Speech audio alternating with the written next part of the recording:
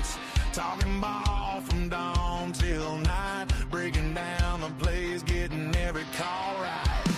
Kentucky blue running through our veins, crimson tide red bringing fire to the game.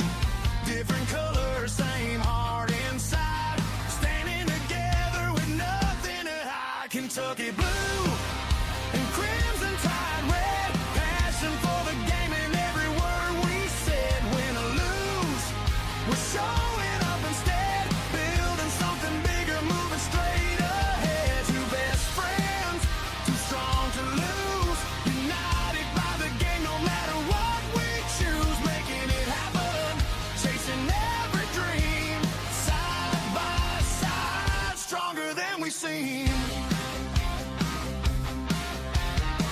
Saturday lights and the crowds roll out, talking football, making our hometowns proud. Every touchdown, every hard-fought drive, keeping the spirit of the game alive. From the hills of Kentucky to Alabama shore, we bring the energy and always want more. Not just fans, we're family now, keeping our promise and showing them how. Kentucky blue and crimson tide red, passion for the game and every word we said. Win or lose, we're showing up instead, building something bigger, moving straight ahead. Two best friends, too strong to lose, united by the game no matter what we choose, making it happen, chasing every dream, side by side, stronger than we seem.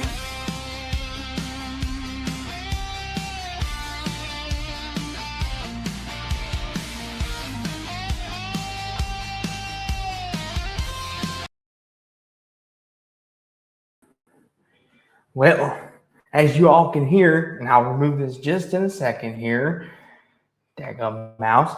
There we go. Well, as you all heard, we got a new theme song for me and Jackson here on our shows, and which Jackson's running a little bit behind tonight, dealing with other outside conflicts. So don't you worry, Jackson will be here eventually. But you've got me for the now being, and I would like to think I'm a cool guy and I can handle this. So you've got me, and as the show title says, the J&A Sports Hotline. It's a fan-ran show by you guys. You all decide about where we go with this. If you want to talk NBA, if you want to talk hockey, you want to talk about college football storylines, NFL storylines, I will put the StreamYard link in the chat. You could come on in, and we could talk about it. As always, that's what this is here for, and it's just a little catch-up show, and we'll take this wherever you want to go. That the only rule that me and Jackson have, if Jackson was here, which obviously he's here in spirit, is obviously number one, no politics. That's a no-no. No religion, none of that. Keep it strictly in sports. And if you have an argument, just challenge the argument. No need to be heinous. No need to be mean to people. Just keep it strictly professional, please. That's all we ask. You can challenge the argument. You can disagree with us all you want and your peers. Very civilized. That's all we ask, and keep it within the realm of sports. But if you want to go anywhere in the sports world, I'm more than happy to listen. And when Jackson gets here, he will listen as well. But like I said, I will put the StreamYard link in the chat, and we'll take this wherever you want to go with it. There's a lot to get to. We've got the Brendan Sorsby. We had the NBA Finals recently.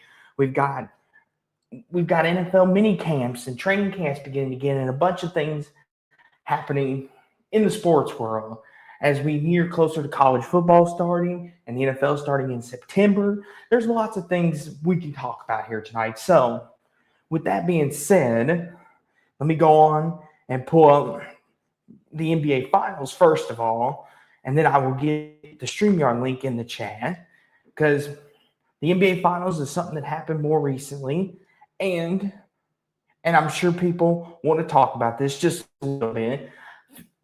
53 years since the New York Knicks were last on top of the NBA world, and they got it done in 5 games.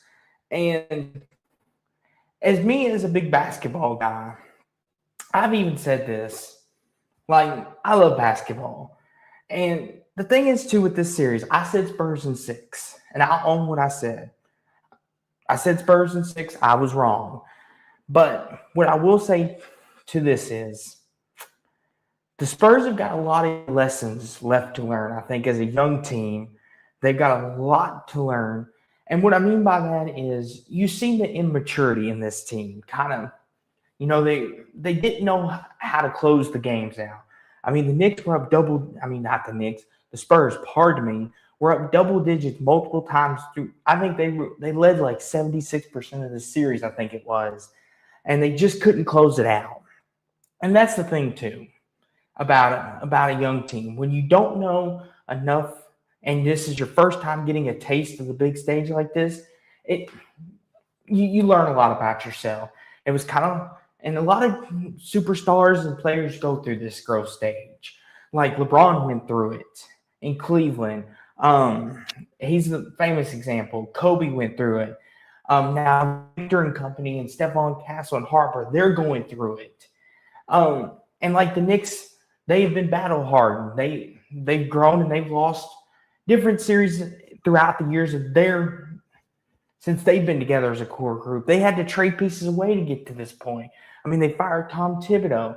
I mean, about experience versus youth. What typically wins? Like last year we saw with the Thunder, they're a super team, but they're very youthful, and it got the title for them. Like the Spurs this year, very youthful, superstar potentials obviously across the board, but the experienced team won this year. I mean, the Knicks making a historic 29-point comeback. I mean, the biggest comeback in not only finals history, but I believe in NBA history. And then this game here, I mean the game 2, Victor Castle out of bounds play. Those are plays as you grow and get older and mature as a player, you learn when to pull it back some. I mean, De'Aaron Fox, who was an older player, tried to go for the layup, missed it instead of just dribbling it out. The Spurs learned a lot this first trip around. And I think as much as it hurts, I'm sure right now, they will grow and learn from this. They will learn, okay, like we've made some mistakes, we've made some errors. What are we going to do about this? And like I said you learn a lot about your team as you go along. And like I said, let me put the StreamYard link here in the chat. I almost forgot to do that. And like I said, De'Aaron Fox, who's a veteran player, right? After blowing the 29-point lead, you kind of seen the wheels turning. You kind of seen, okay, the Spurs were kind of like, ooh, like they kind of were cruising. They were chucking up threes, and it's like, guys, and that's kind of what bit them in game 4. It's just like you can't be chucking up threes.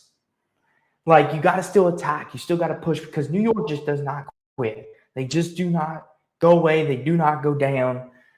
And the Spurs learned that the hard way.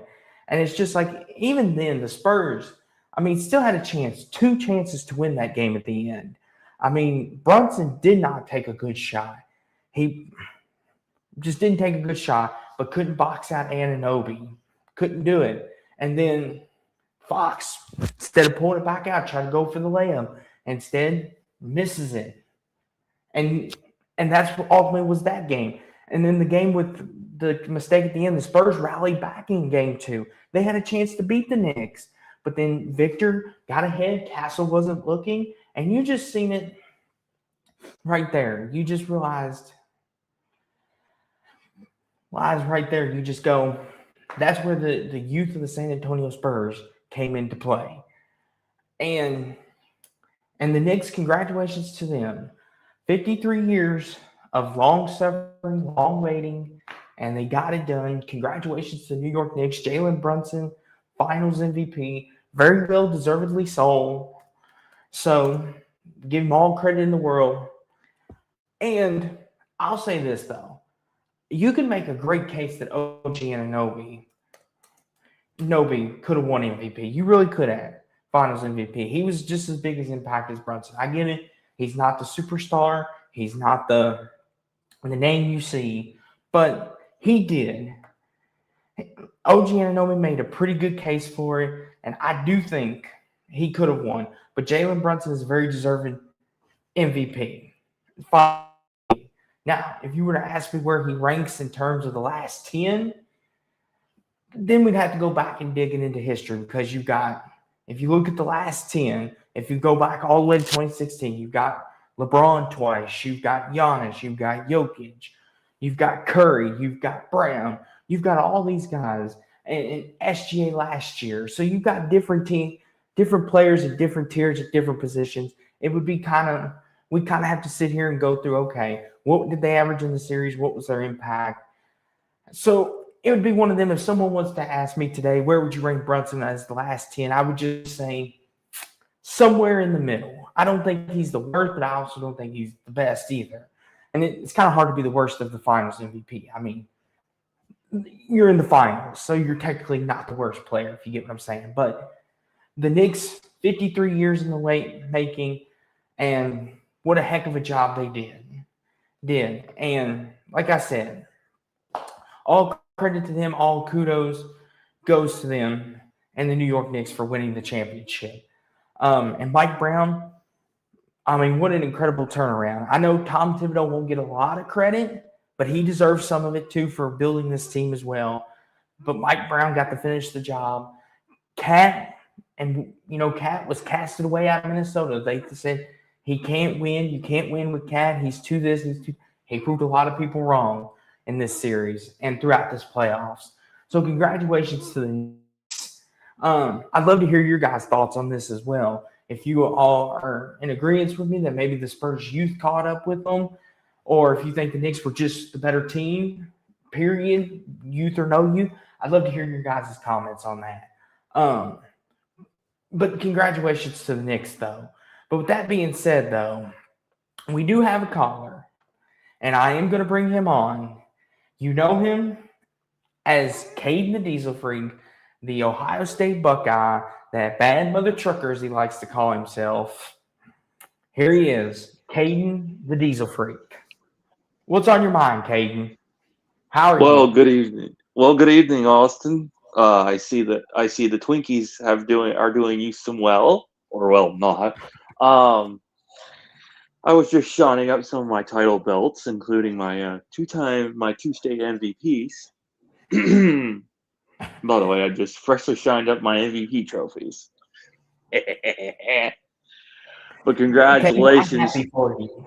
I'm happy for you. What? Someone's got to shine up his two state MVP trophies, 3 Defensive Player of the Year trophies, and 3 state division title trophies. Hey, I'm happy for you, Caden. Enjoy them, love them, praise them. I'm happy for you, good buddy. Enjoy it. But congratulations to the New York Knicks, 53 years. I can tell you, I got a lot of friends who are New York Knicks fans, and I was rooting for them. And the San Antonio Spurs, they look good coming up, but then they fumbled in the second half. And, I mean, the New York Knicks, honestly, were the better team to come back and win that. I mean, that's what it literally looked like as soon as it went to the second half. Mm-hmm. I mean, Kate, you know this as good as anybody. Sometimes the better team just wins. And I get it. Some people may say, well, you know, like you said, the Spurs are young. Well, like I said, the Spurs are young. But once again, even young teams win. Look at OKC last year. They were a very young team, and they won it all. So, I mean, you chalk this up and say New York was the better team. No fans or buts about it. But to think that the Spurs won't be back here again, you would be sadly mistaken. Everybody would be. I think the Spurs will be back here again. Whether that's next year or in 2 or 3 years from now, we'll see. The NBA is ever changing because you got to remember Giannis is probably going to be on the move. Who knows what Denver does out west? So we'll see. Who knows what? So who knows? Nikola Jokic might go to the Lakers. Okay, Caden. Now you're a little far-fetched. I'm just saying, what if he did go to the Lakers? LeBron, Luka, Nikola Jokic. I mean, you got 2 Ukrainian destroyers and one of the best players in the league on the same team. See, here's the thing, Caden. I don't think that would happen. But if it does, Caden, I would come on here and I might cry. How about that? You might get to see a grown man cry on air if that happens. You're like my little brother. Oh, am I? Is that a good thing or a bad thing? That's the good thing because I'm in a pleasant mood tonight. And plus, I've got I got my custom OSU National Championship belt just shined up. I mean, listen here, Caden. Don't get me wrong.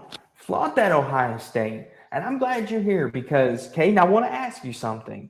How are you feeling about your team this year after last year? Because I'm curious, how do you feel about Julian saying? Because I want to get your take on that. How do you feel about him?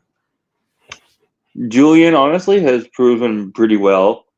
The Miami game, to be fair, that was a dogfight I knew that we were walking into. I knew it was going to be a 50-50 outcome. Mm-hmm. I mean, last season I said I wasn't worried, and I still am not worried. Okay. I mean, you can ask anybody that knows me personally, really, and I'm like, this is just the beginning of Julian Satan's career as a good quarterback for Ohio State. And plus, he could win the national championship this year and then also win the Heisman. So, I mean, there's two things that could benefit. And then Jeremiah Smith and Chris Henry Jr. rock out with 1,000+ yards, and our defense just absolutely destroys everyone this season. Mm-hmm. So I'm not honest to God worried. I mean, another national championship in Columbus, that's gonna happen. Arthur Smith's making this offense better. Matt Patricia's got this defense up and running. I mean, this is basically like the Legion of Boom defense coming at you, hitting hard with no excuses. We're gonna kick your butt, and we ain't gonna give an excuse for it. I mean, we're not gonna apologize for it. I mean, listen, Caden, I'll admit to you, I would be a buffoon to not admit. I think Ohio You'd be a State bigger fool not to go against me because the last time you went against me, you lost.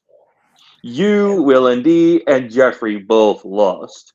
And your buddy Will and D lost $500 to yours truly. Yes, Caden. And to be fair, Caden, I was on your side on that one. I'm being serious. I don't know why. No, you were not. You were betting against me that entire time. I literally remember I got all the footage. Caden, listen here, good buddy. Are you calling the champ? Are you calling the champ a liar? On that, I am, Caden, because I knew Notre Dame wasn't going to make the playoffs. I even said that with Jackson here on air. There's footage of me saying that. Like, I knew. And give Dave Brown a hello. Hello, Dave Brown. And yes, how about them Canes? Go Louisville. Yes, big for the city. For those of you who don't know, the UFL Football League, the Louisville Kings, baby, we run it here in Louisville. That's right. Me and Dave, we're celebrating. We're popping champagne. You're talking to the champ. Hey, listen here, Caden. Louisville, the UFL Kings, we won the UFL title, good buddy. The way I see it, we're popping champagne with you. You're talking to the college football champ. Hey, listen here. Listen here. Actually, you're not the champ anymore, Caden. With all due respect, that's Indiana now. Only Jeffrey has that right. You're the former champ. Well, you're talking to the former champion, will be returning champion, and that's going to be a fact.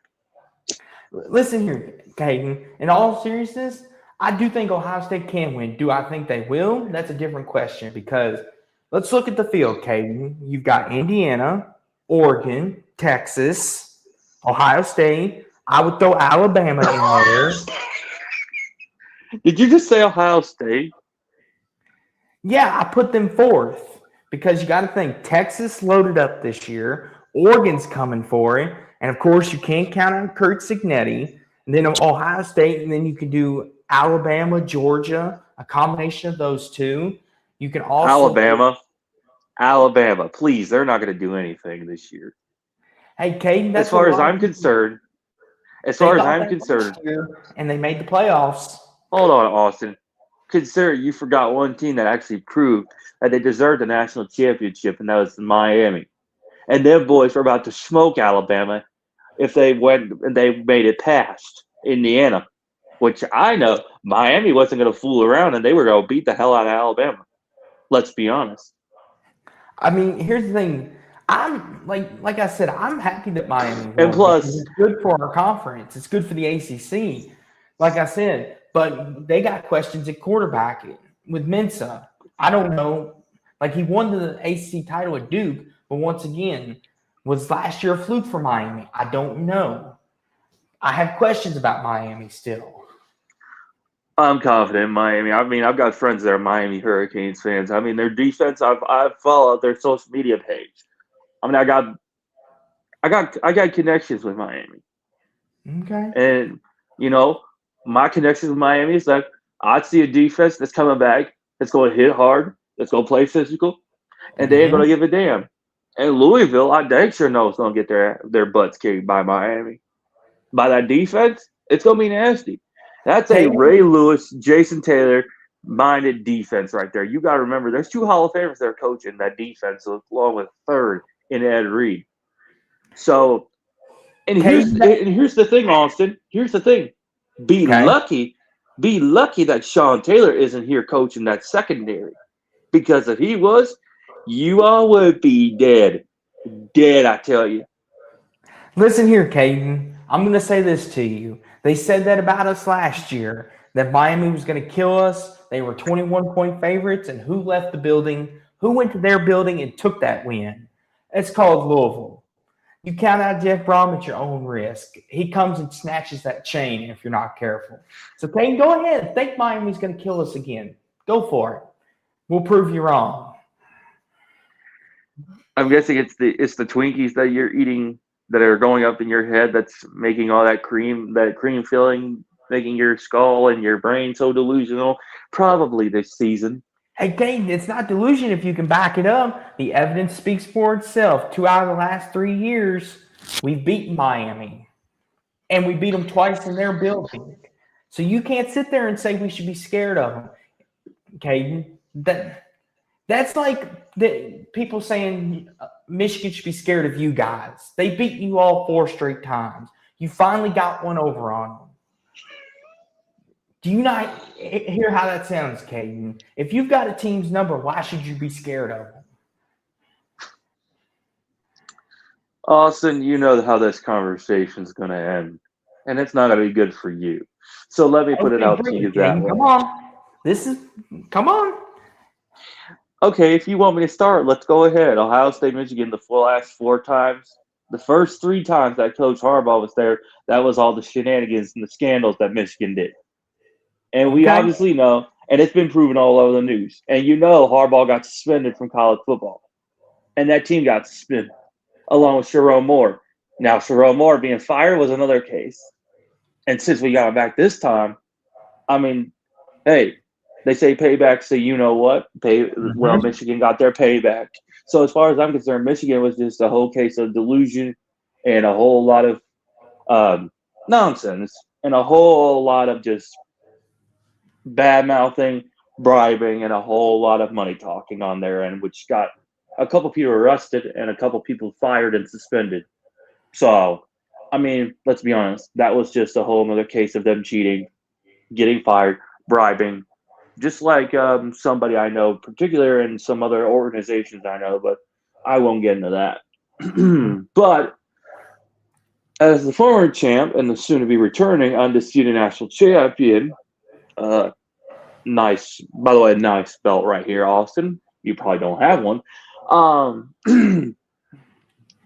Let me just make it perfectly clear. As far as Texas goes, Arch Manning in Texas, that's going to be no question a win on our part.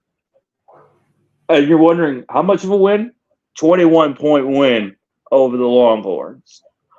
Oregon in our house, that's a 3-score win for us. Not even a 3-score. That's a 3-touchdown win. Easy on defense. Okay. Okay, now and I like and then hold on. Okay, you forgot one more. Okay. Indiana lost 11 starters. Kurt Cignetti's got to get that room focused. They can't let all that glory get up in their head because they come in and they got to deal with us. It's not going to be good. So, you know what? I feel like the wins in Texas, Oregon, and Indiana, that's just setting us up again. And then, obviously, we beat Michigan with the Big Ten title. And, obviously, whoever we play in the national championship, semifinals, that's to be predetermined. But I'm hoping for either 3 of the teams I've got picked. I've got the BYU Cougars to open it up against the Big 12 and to really show why the Big 12 should understand BYU is a legit team that should have been in the playoff ranking. Okay. And the team that would have smoked Alabama last season in the playoffs, Miami. Don't ever count out that defense. That defense can load. And Mario Cristobal, being a former teammate of the Rocks, and someone that's very knowledgeable of the Canes, knows how to do it.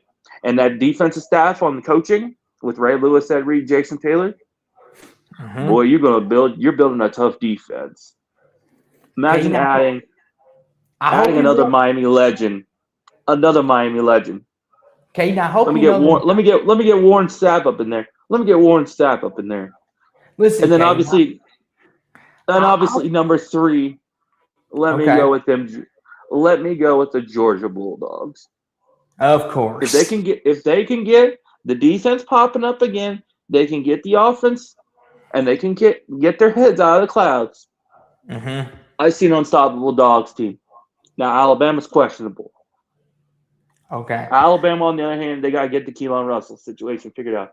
Because if Caleb DeBoer cannot figure it out, and they can't get that scheme figured out, they got a whole other can of worms that they're going to deal with. And next season, Austin, you should already know, Alabama's going to the Horseshoe to play the Buckeyes in week 3. Yes, so you know that's going to be a game that Jackson Johnson and Jeffrey are going to be whining about after we beat them, after we win the national championship. But that's a whole other case that you'll see here after we win the championship back.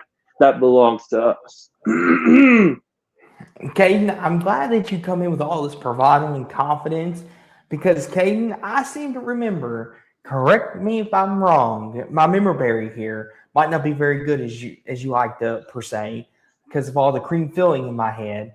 Didn't you say you were going to crush Indiana and they beat you? And then didn't you say you were going to win back-to-back titles and you didn't? Okay, let me just say, on my part, it was 10 years till we won that national championship back. Okay. So I was just excited that we won our national championship, that we solemnly own at Ohio State, because that championship belongs to, the first winners of the college football playoff era, the Ohio State University Buckeyes. Yes. So you have that distinction. I can't take that away from you. Yes. The first 14 playoff winners and the first 12-team playoff winners. Yes. Now, we lost the second time. That will always be yours. No one can ever take that from you guys. Go ahead. But now, this Buckeye team's focused. This Buckeye team's back. We've got everything figured out. We got everything on hold. So, we're just going to rock this season out and lay the hammer down and lay people out. That's all we're going to do. Okay. Kate, you're going to get a good first test when you play Texas, and I hope you're up for it. Texas. Hey, listen. Do I recall the last time we whooped Arch Manning? We would have whooped him easily, 48-7. But we spared him. We let his mommy and daddy say goodbye, and we let them, leave without having his body dragged into an ambulance. Okay. Because we all know if his body was in an ambulance, everybody on his side of the family would be crying like it was a funeral. Okay. Caden, I'm glad you got all that bravado, but I hope you know Texas is coming back bigger, badder themselves. They're coming to win it all. And I think, honestly, Caden, Texas might beat you the second weekend of the year. You're going to their building. It's going to be hot. It's going to be muggy. And Arch Manning's going to have a point to prove. I wouldn't put it past Texas to beat you all by a field goal. Dallas again, and you're going to be proven wrong again, Austin. Once again, you're going to be proven wrong again. See, this is why you don't like. This is why you don't like me. This is why you don't like Buckeye Nation. This is why you cannot understand how we're such good winners. And hold it. the former champ's talking. Well, the returning champ is talking. Since it's my time, you just Okay. don't like Buckeye Nation. You just don't like us. You know we win, and you know if Louisville came to our house, we would smoke y'all. Jeff Brom would have a chance in hell against this defense. That This is a might be bone true. crushing defense. That And might be if you didn't notice, if you didn't pay attention, the old school uniforms are back. Mm-hmm. So you should know when the old school uniforms are brought back, that's your ass is in trouble and business is gonna be settled like the old school, like old school. And you're probably wondering, well, what does old school mean? Bone crushing, foul mouth football. Just like the greats Ray Lewis, Randy Gretschall, Andy Ketzenmoyer, who obviously is a Buckeye legend, Hall of Famer, along with his brother Randy Gretschall, who played for the Orange Crush defense in Denver in the '70s, Archie Griffin, Jack Tatum, and the great Woody Hayes and Jim Tressel, who coached actually three of our defensive coaches at Ohio State. The Hammer Anthony Schlegel, the Animal James Laurinaitis, and obviously a mentor to the team in the linebacker room, Bobby the Stinger Carpenter, the guys who helped us go to the '06 and '07 national championship twice against Florida that we both lost. But you know what? I'm not mad at Florida. That was Tim Tebow's so long moment. But this is Ohio State football. We evolve and we come stronger every time that we lose. Let's be honest. Before you continue on, let me give a shout out to good old Godfather. Hello, Godfather. Boo. Hey, listen here. We don't boo the Godfather. Listen here. Yes, we don't boo the Godfather around here, Caden. He's a legend. He's legendary. We don't do that, Caden. We show some respect here, okay? Even if you don't like the Godfather, show him some respect. That's all I ask. And Godfather Jackson will be here in a minute. He's busy on doing something else. He'll be here in a minute. So, but we got Caden as entertainment. Here he is, the man, the myth, the legend. Man, I just got off locked off West Virginia. I am so sorry. I told Austin, I told him get this little show started. Yep, I am at that, Coop. I am at that. There we go. And yes, Godfather, you can laugh, but listen, Godfather, I love and respect you, and I will not stand for Caden's disrespect. Him and his crazy. Go ahead. What happened? Y'all been partying like alley cats. Well, see, Jackson, I'll fill you in on what you missed here. Caden says that they're going to Ohio State's going to destroy Texas by 3 touchdowns, and Oregon, and I'm eating too many Twinkies, fill the cream puff, and apparently you and Jeffrey are going to cry when Ohio State's done with Alabama, and Ohio State's going to win the national. We'll be pissed, but we ain't going to be crying. That I can promise you, Caden. Yes, and apparently Caden is the ruler of the world, and we're lucky to be in it. I think that about covers it. You got some of it right, but one thing incorrect. What is it, Caden? Enlighten me. I'm not the ruler. I'm just the better man. Okay. My bad. My apologies. He's the better man, Jackson. And welcome back, Jackson, from the Mountaineers show. That was somewhat sounds like an entertaining segment again of Locked on West Virginia. Well, I've been busy with today's edition of that, and also did the AC Live show, and now I'm rounding out my night, hanging with my good buddy Austin, talking with all of you. Yes. And obviously, I've got the title belt around my shoulder. I forgot to figure I just had polished up. I like the tractor. What brand is it, man? Case IH, come on, that's red. If you don't see the color, well I know it's red, but I was talking about like the brand, like Case IH, John Deere or something like that. Nope, this is Case. Nice. But, I mean, let's be honest. I was telling Austin the truth. Y'all just don't like Ohio State. Y'all want us to lose this year, and y'all want us to downfall. I've been hearing y'all on social media. I've been hearing your followers. Y'all want us to crumble, 9-3. But listen, it's not Who's gonna saying happen. 9-3? Who's saying 9-3? That's what I'm trying to figure out. Literally some of your delusional fan bases are messaging me on Twitter. Let me just tell you that.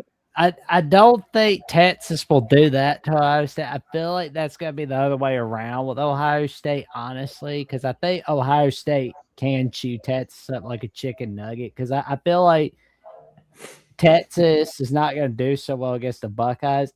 I do feel like Iowa will be giving Ohio State a closer game than you see Texas doing that. Because, I mean, like, Kennett Stadium just looks like a scary place for top 5, top 10 teams in all of college football. We own the series at Kinnick Stadium. And truth be told, Iowa's not going to be a deal. That's just business as usual. I don't know, man.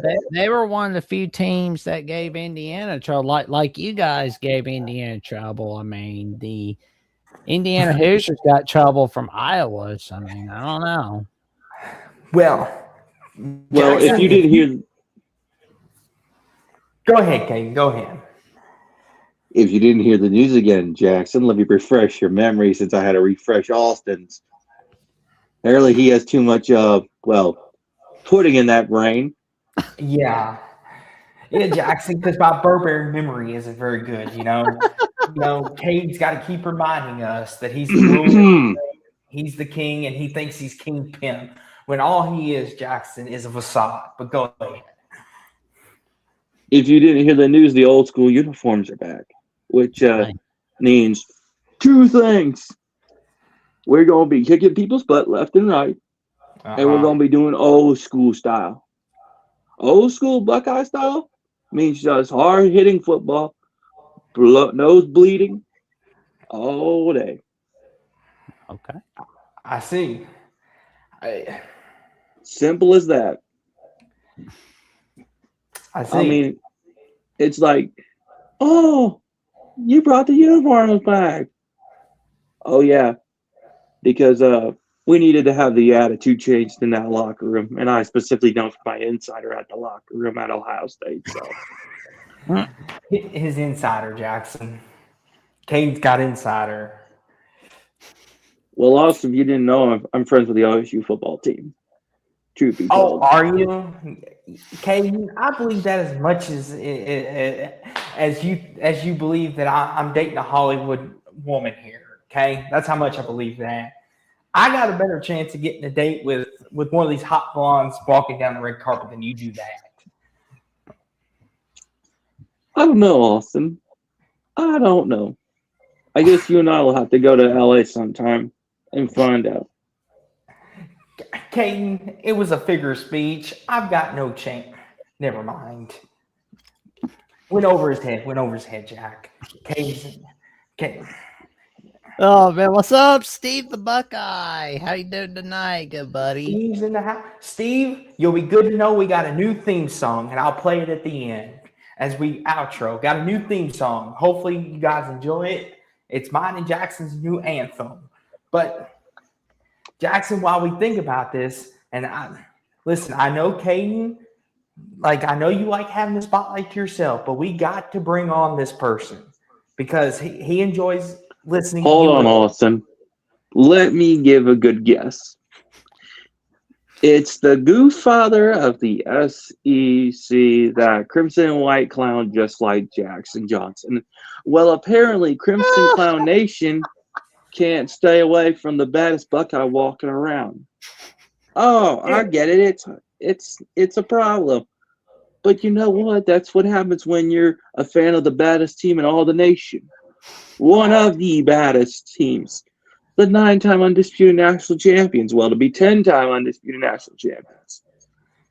Jackson, the defense that won the motto most feared defense consecutively during Coach Truss's tenure.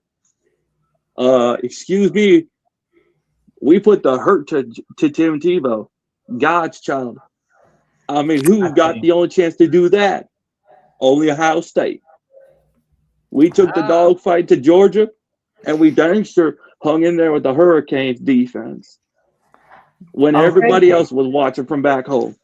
So, I mean, listen, hey, Caden, we've got more accolades than y'all. So, Caden, in all due respect, you were no better than Alabama. You both lost in the second round. So you or Jackson both don't have bragging rights if you really want to get down to brass tacks. hey, at least we have respect for Miami more than Alabama. What does that got to do with anything? Alabama and Miami didn't play one another. It was Alabama and Indiana. Last time Alabama and Miami played one another was 2021. I'm talking about between Ohio State and Miami. We actually have respect between each other's fan bases. Unlike Alabama and Ohio State respect one another. Nah, not from where I stand. And last time I checked. Can we go ahead and bring? Yeah, go for it. Let's go ahead and bring in the next caller, and it's the Godfather of the SEC. Yes, How you doing tonight, good buddy? No matter where I'm at in the United States of America, I'll always be hunting you down, Caden. No matter where I'm at. I've been looking at a lot of petrified rocks out here in Utah at Mule Point. It reminded me of you, Caden. You know why? Because they just dumb looking. That's what they are. Oh, no. This is getting ugly now. Yeah, it's not ugly. It's been ugly. We need Jeffrey. Where's Jeffrey? Is he asleep? Call him, Jackson. Get Jeffrey up. He's asleep. You got that right. He's getting some Z's. We talk sports every day. At least he tries to. Anyway, there we go. Caden, what are you doing to these two guys? You and you're just torturing these two guys? Hey, this is a college show, Godfather. So I came in, and I came in. So what's your daggone problem? I love you. I can't stay long. I'm on vacation here, but I just thought I'd pop in and you keep your comments tomorrow night. I'm not going to be on the show because I'm going to be busy. So you watch your comments tomorrow night now on the call-in show with Jackson and Jeffrey. Yes. Nah, I'm just going to raise hell like I do. No, Austin's going to take my spot, so he'll keep you calm down tomorrow night. Yes. Godfather, I'll go out especially and get the harmonica, and I'll start playing. Just for that. I'll send you one in the mail. If you'll give my address, I'll send you one. Exactly. Because listen here, All Caden. right. Godfather guys, is a page hunter. That's what he is. I'm going to get off here. Just remember, Caden, tomorrow night, Austin's going to take my spot. So yes. You got Austin, Jeffrey, and Jackson. It's going to be hard to do tomorrow night. I'm not scared, not worried, and I'm going to continue to raise hell as much as I can because I will, and no one can stop me. And nobody's got the balls to.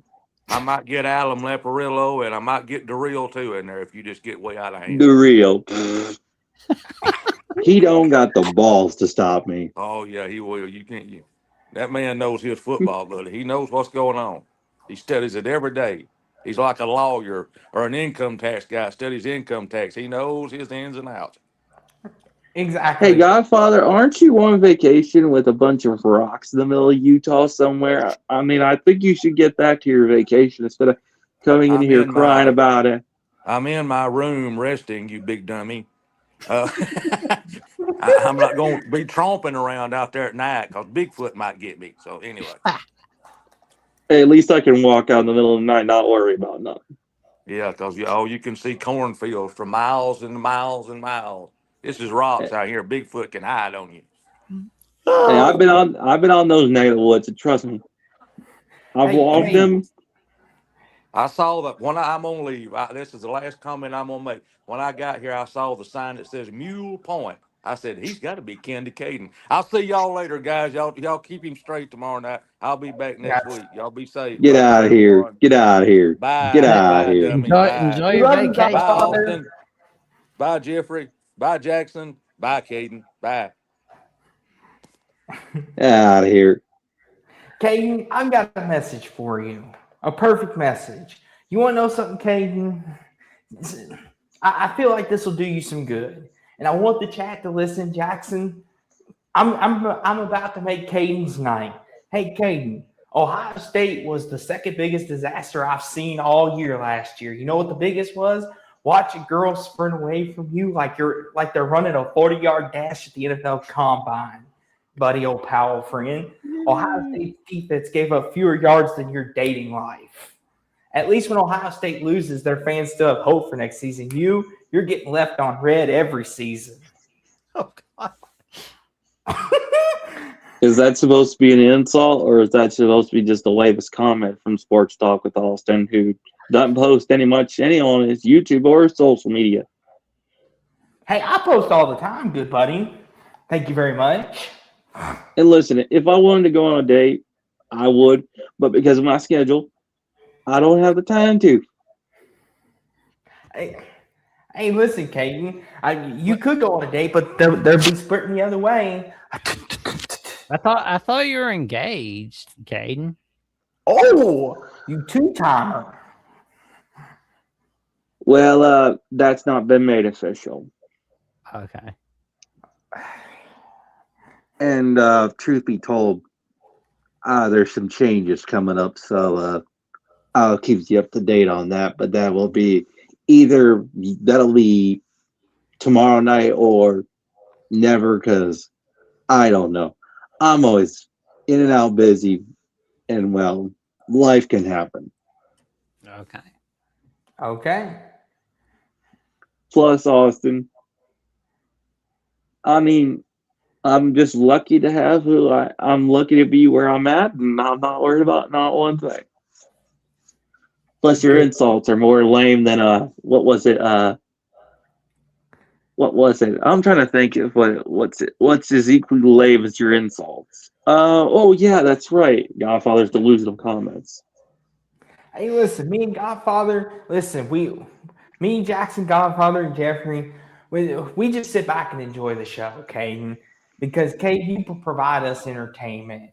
I mean, Jackson could come in a bad mood and you'll cheer him up just by you saying Ohio State. That's all that needs to be said. I mean, like I said, y'all don't like Ohio State. That's fine by me, because we're just gonna kick y'all's butts and we're not gonna apologize for it. Okay. Jackson, like I told Lee and Herring last season. Okay. And guess what? She ran and tucked her tail. Not apologizing. Yeah. Jackson, I hope you know, 2027, I'm the biggest Alabama fan you know. Roll Tide, baby. Roll Tide. You them Buckeyes. You know they're coming up to our house, right? Hey, even better, Caden, when they walk you off your field. That's going to be even sweeter. You ever heard the saying, no chance in hell? Yes, I have, Caden, but Alabama has a chance. A big one. Unlike you. Keep talking, Austin, because that's what's going to get your butt kicked. Was that a snort or a fart? No, that was just me, that was burping. Okay. Hey, Caden, like I tell people, I'm easy to find, hard to beat. I'm right here. So if you want to come kick my tush, bring it on, buddy, old pal. And I'm never a hard man to find, so if you want to come look me right in my two eyes. Hey, bring Jackson's not a hard man to find if you want to take it up with him. I'll take it up with both of y'all, and I'll put you in your place. Both of y'all. Okay. Good luck. Just like I put your buddy Will and D in his place, and I put your buddy Jeffrey in his place. I'll put both of y'all place again.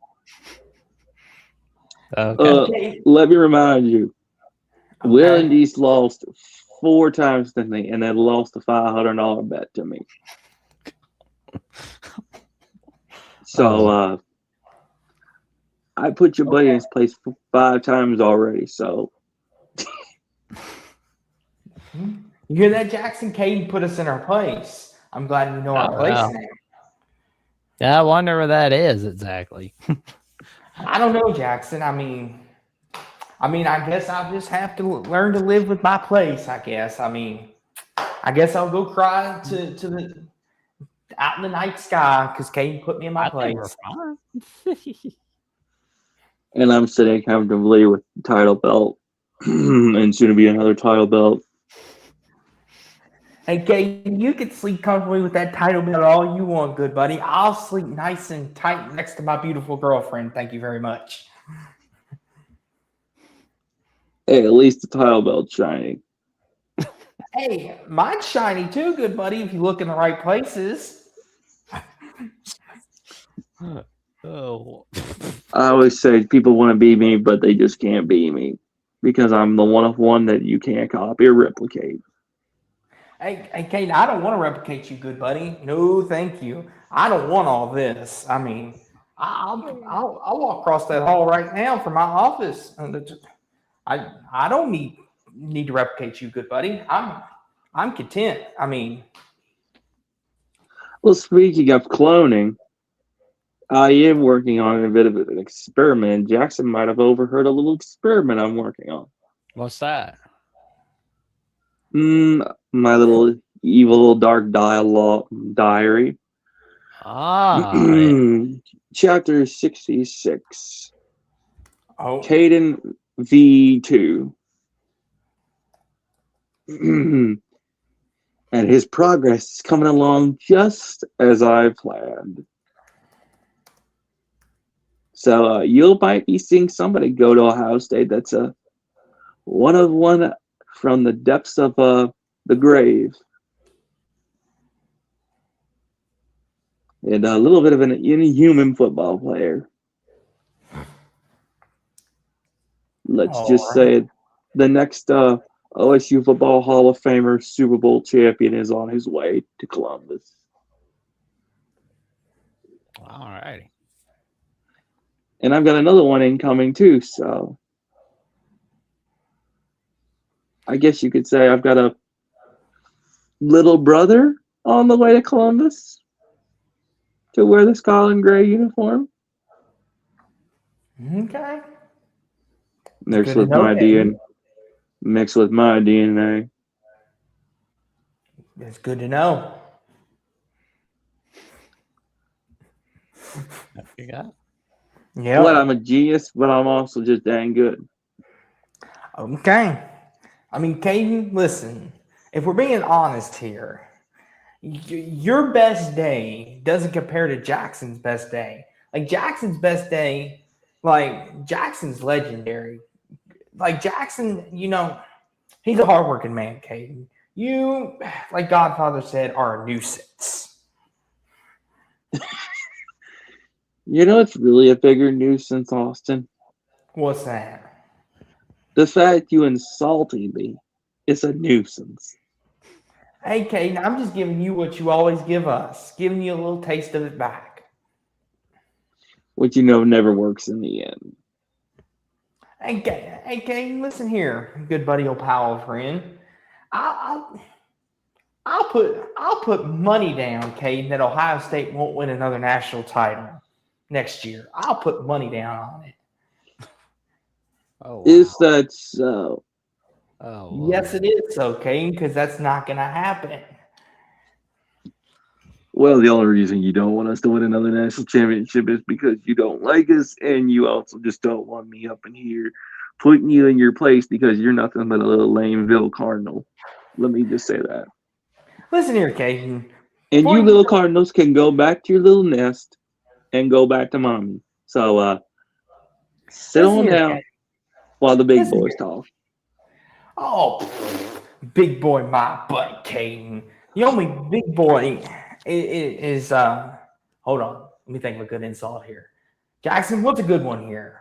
Hold on. We'll make sure this live. Austin needs help thinking up an insult. This is what I'm talking about. This is what I'm talking about. All the time.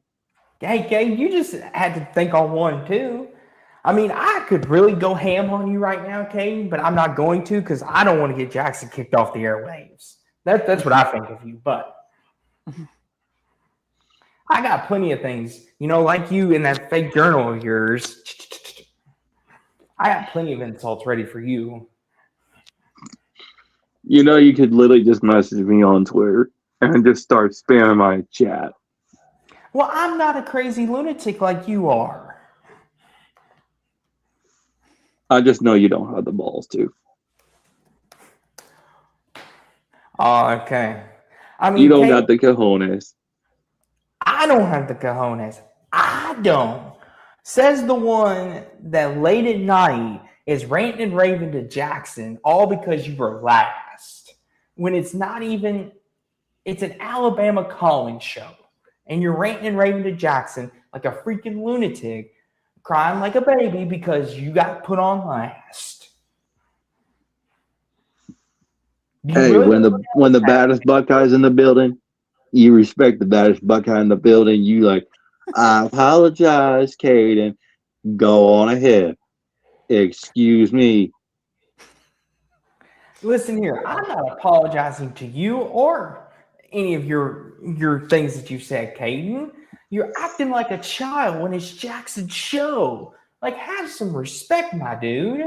Like, that's Listen, when I come in the building and I show up, acknowledge the baddest Buckeye when I walk into the building. okay.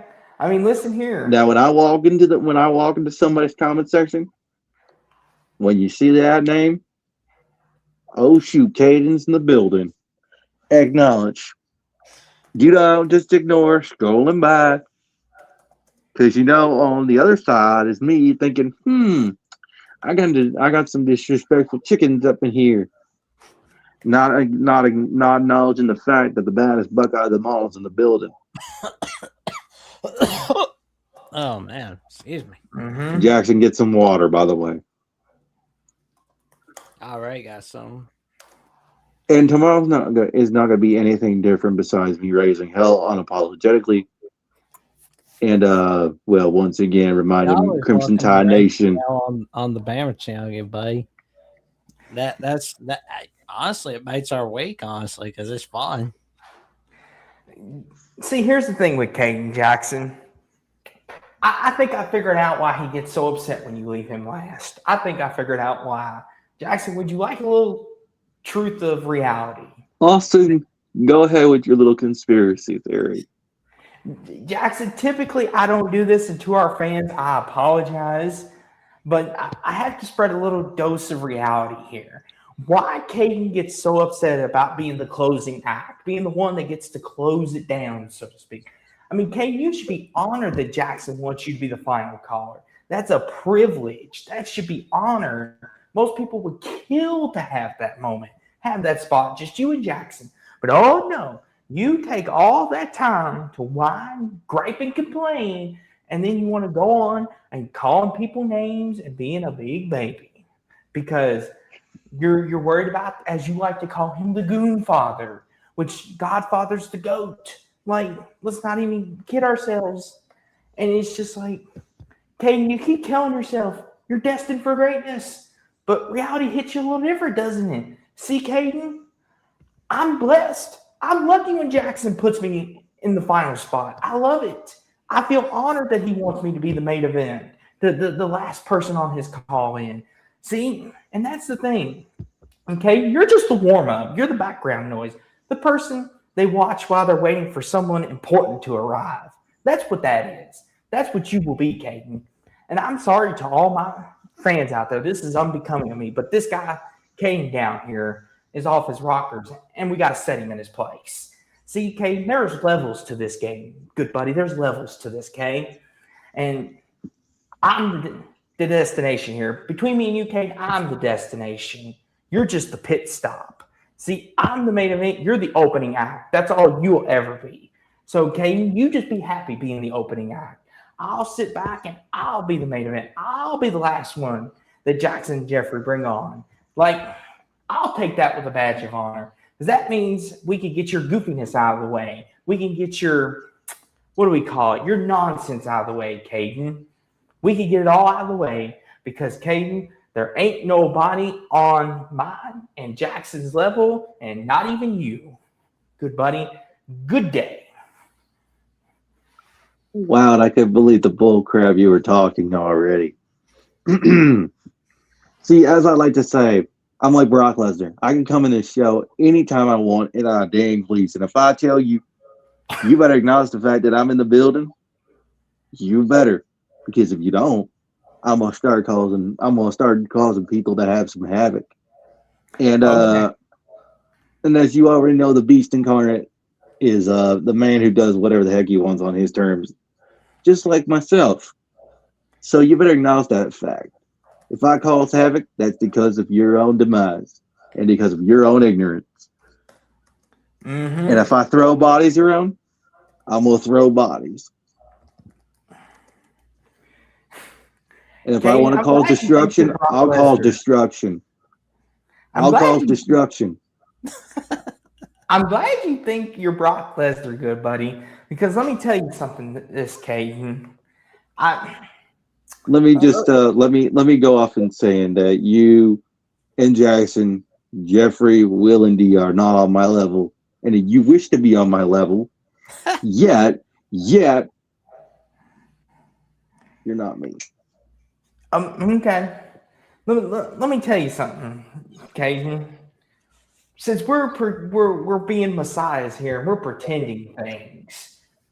Jackson, oblige me for a second. You see, this is the difference, Caden.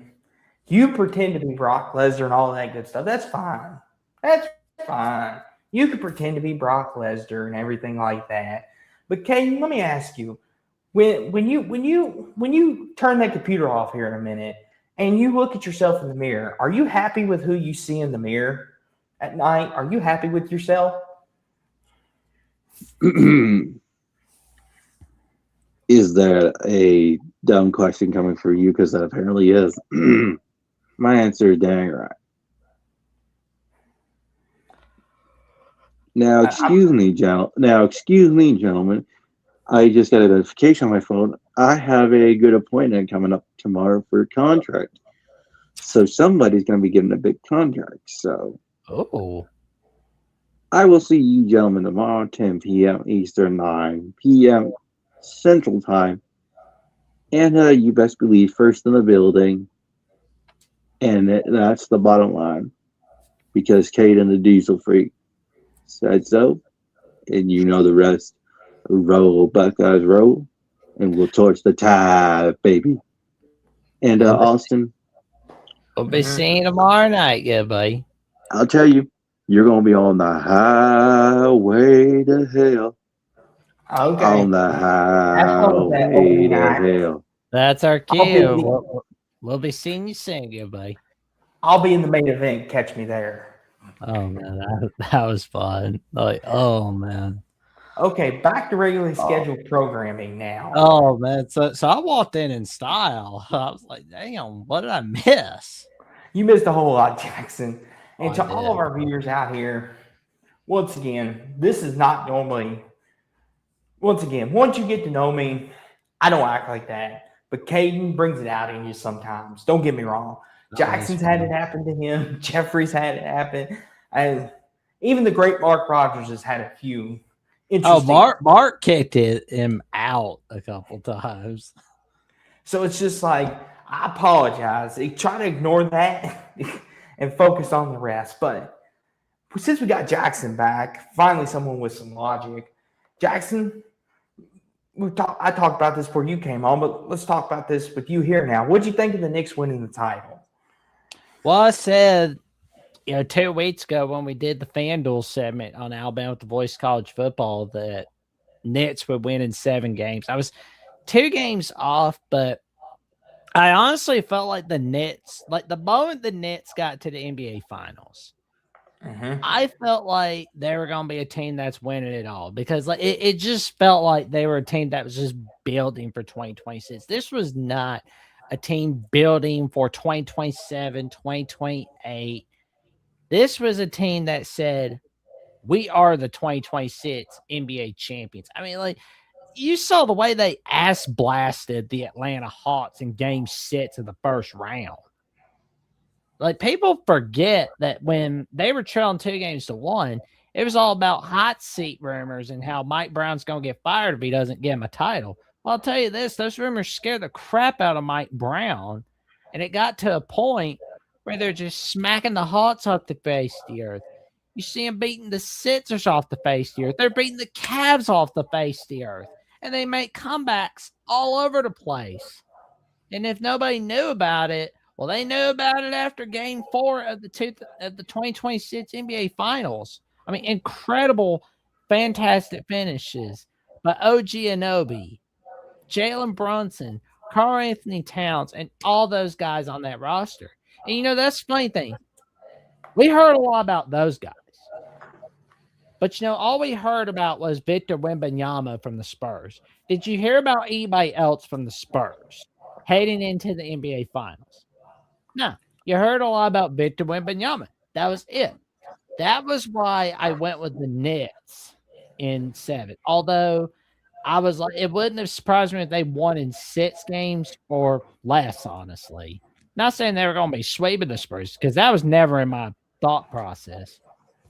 But with the way those guys have just stepped it up, that basically told me this was going to be a team of destiny. And how about Mike Brown's coaching career? Because when he coached the Cavs, he was coming from the Spurs under Greg Popovich. Could not get LeBron title. He got fired. Then he tries again with the Lakers. Could not get it done with Kobe, Steve Nash, and Dwight Howard. Got fired there. Goes back to the Cavs. Doesn't work out. Then he's coaching with Steve Kerr at the Warriors. Rejuvenates his career a little bit. Gets the Kings to the NBA playoffs. And apparently raised the bar at the Sacramento Kings. And then you see him become the Nets head coach of the New York Knicks. And look what happens in his first year. He brings in their first NBA title since 1973. Think about that for a moment. Their first NBA title since 1973. We weren't even thought of yet, Jackson. Our parents weren't even thought of, let alone us back then. I'm trying to think. Yeah, maybe not. But yeah, I get your point. Our grandparents were alive for it. Oh yeah, I mean they were like in college back then. I'll say this, Jackson. I mean, like I said before, I think the Spurs with their youth, I think it caught up with them just a little bit. I mean, like I said earlier before Kate called in, they made a lot of mistakes, they made a lot of errors, and the Knicks were just a more veteran team, and they were able to overcome all their mistakes. And we're able to take advantage of the Spurs youth. Now, would this is this the only chance the Spurs are going to have at this? Probably not. They'll be back again, I think. I know you can't in sports. We can't say that they'll ever get another chance at this. I mean, Dirk went once, won one title, he didn't go back. I mean, the Super Team Thunder, they went once, didn't go back. Westbrook hasn't been back. Paul George has never been. CP3 went back once. I mean. Went once. I mean, he hasn't been back since. So it's just like, I just think the youth of the Spurs, Jackson, I would say they have a pretty good chance of going back. But the league's ever evolving. And like I said, we don't know where Giannis is going to end up. What moves are Denver going to make? What move are the Celtics going to make? There's so many pieces and so many stories. Like, who knows if the Knicks ever win another title? This might have been their one. I mean, the Thunder, they'll be back next year. The Pacers should be healthy next year. So it'll be interesting. But as for now, the Knicks can celebrate, rejoice, and be happy. Oh, they're going to be having a championship parade for Thursdays. They're going to be partying. And I'm not going to lie. I got worried about, whether the Nets were going to, if they were going to blow it, if it was going to be because of James Dolan. But luckily, James Dolan stayed out of the way. He was like, you know what? I'm going to let you guys do your magic. I'm going to stay out of the way. Staying out of the way. What happens? It paid off for the Nets. It paid off for them. Exactly. Now, with that being said, though, Jackson, let's shift tones just a little bit. Let's talk about the big elephant in the room. Ooh. Let's talk about Brendan Sorsby. I know that's been a topic of conversation here lately. For anyone that doesn't know, there's been a lot that's happened with this. And Jackson, you've been more inclined to it than I have because you've been talking about this on a daily basis. I'm sure you're getting tired of it. I'm getting tired of seeing it in my news feed every day. But Jackson, what do you think? Like, for anyone that maybe hasn't been watching your other stuff on the Alabama channel or with Mountaineer Paul, kind of fill me in, Jackson. What is your thoughts on this whole thing? And then I'll give my thoughts. Well, honestly, I knew things were going too far when you saw Cody Campbell defending him in public, just putting in money. Because, I mean, it wasn't even about the fact that they, really thought, he was the victim. It was, oh, my investment is being screwed with.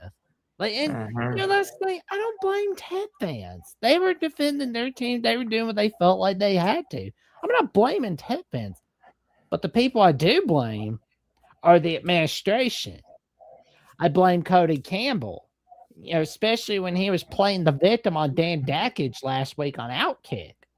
And when you saw, and another guy I blame is the Texas Attorney General, Kim Paxton, threatening the Big 12, saying that if you do anything to punish Brendan Sorsby or Texas Tech, I'm going to sue you and throw you in court.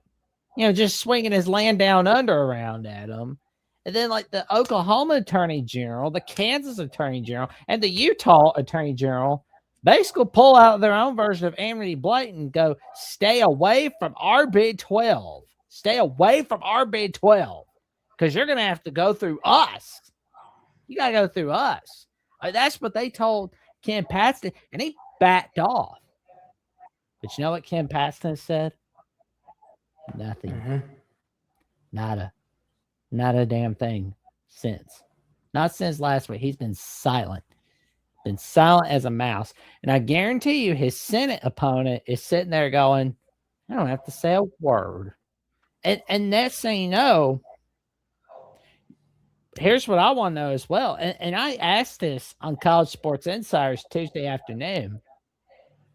How does this affect the University of Cincinnati? Because there's an article from late April 2026 from Matt Hayes on USA Today talking about how Cincinnati knew as far back as before the 2025 season about gambling issues. They didn't say what exactly it was, but they knew something about Brendan Sorsby.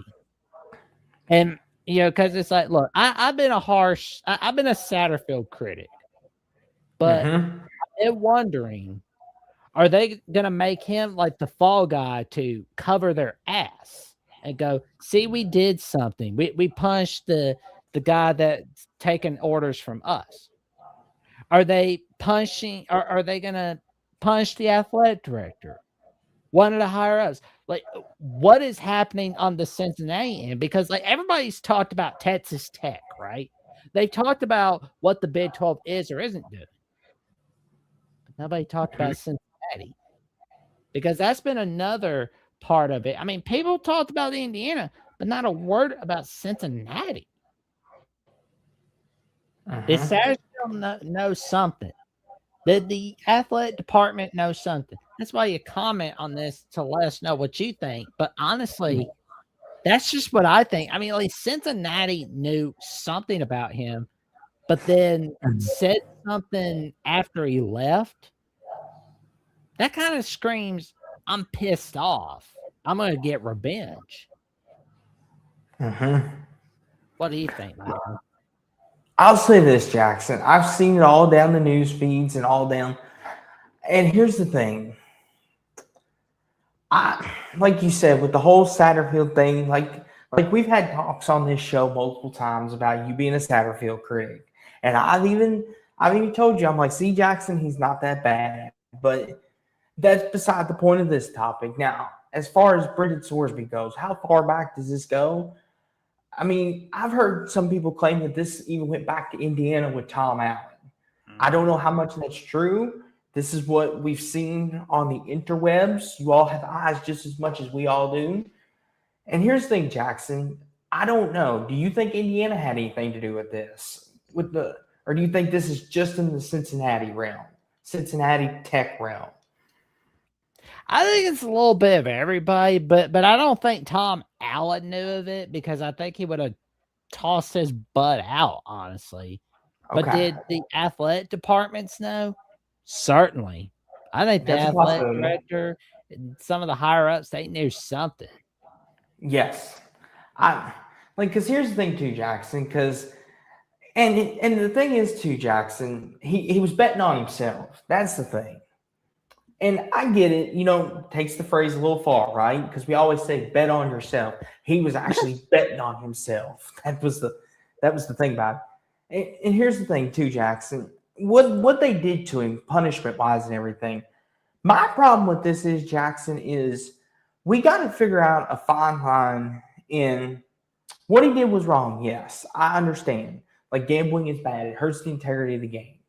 But you also have to understand you've got people out here that also have allegedly beat their wives and abused people and done, drugs and all that while on campuses and everything, and they just get a slap on the wrist. This guy's actually getting, like, literally, he is getting like browbeated, like his grandmother is like beating him up or something. Like that's the thing, and it's just like, for example, Jackson, this might not be a good example. Let's just say me and you, for example, we're in this. I bet on myself, and I'm gonna be like, I'm gonna bet on myself. I'm gonna do this.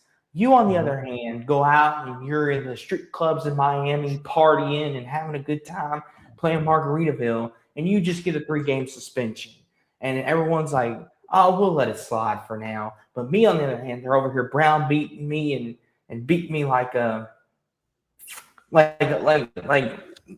beating me, and it's just like, wait a minute, Jackson's over here doing bodily harm to himself, and he's getting only a 3-game suspension while you are tongue lashing me and beating that. That's where I kind of am like, okay, we need to have a fine line. Both are wrong, but we also need to define Jackson should get a hefty punishment too in this scenario, just as much as I do, because, and like Clint Moses says, he says he wasn't point shaving. His bets could have been worse. If he was elite, I bet he still plays.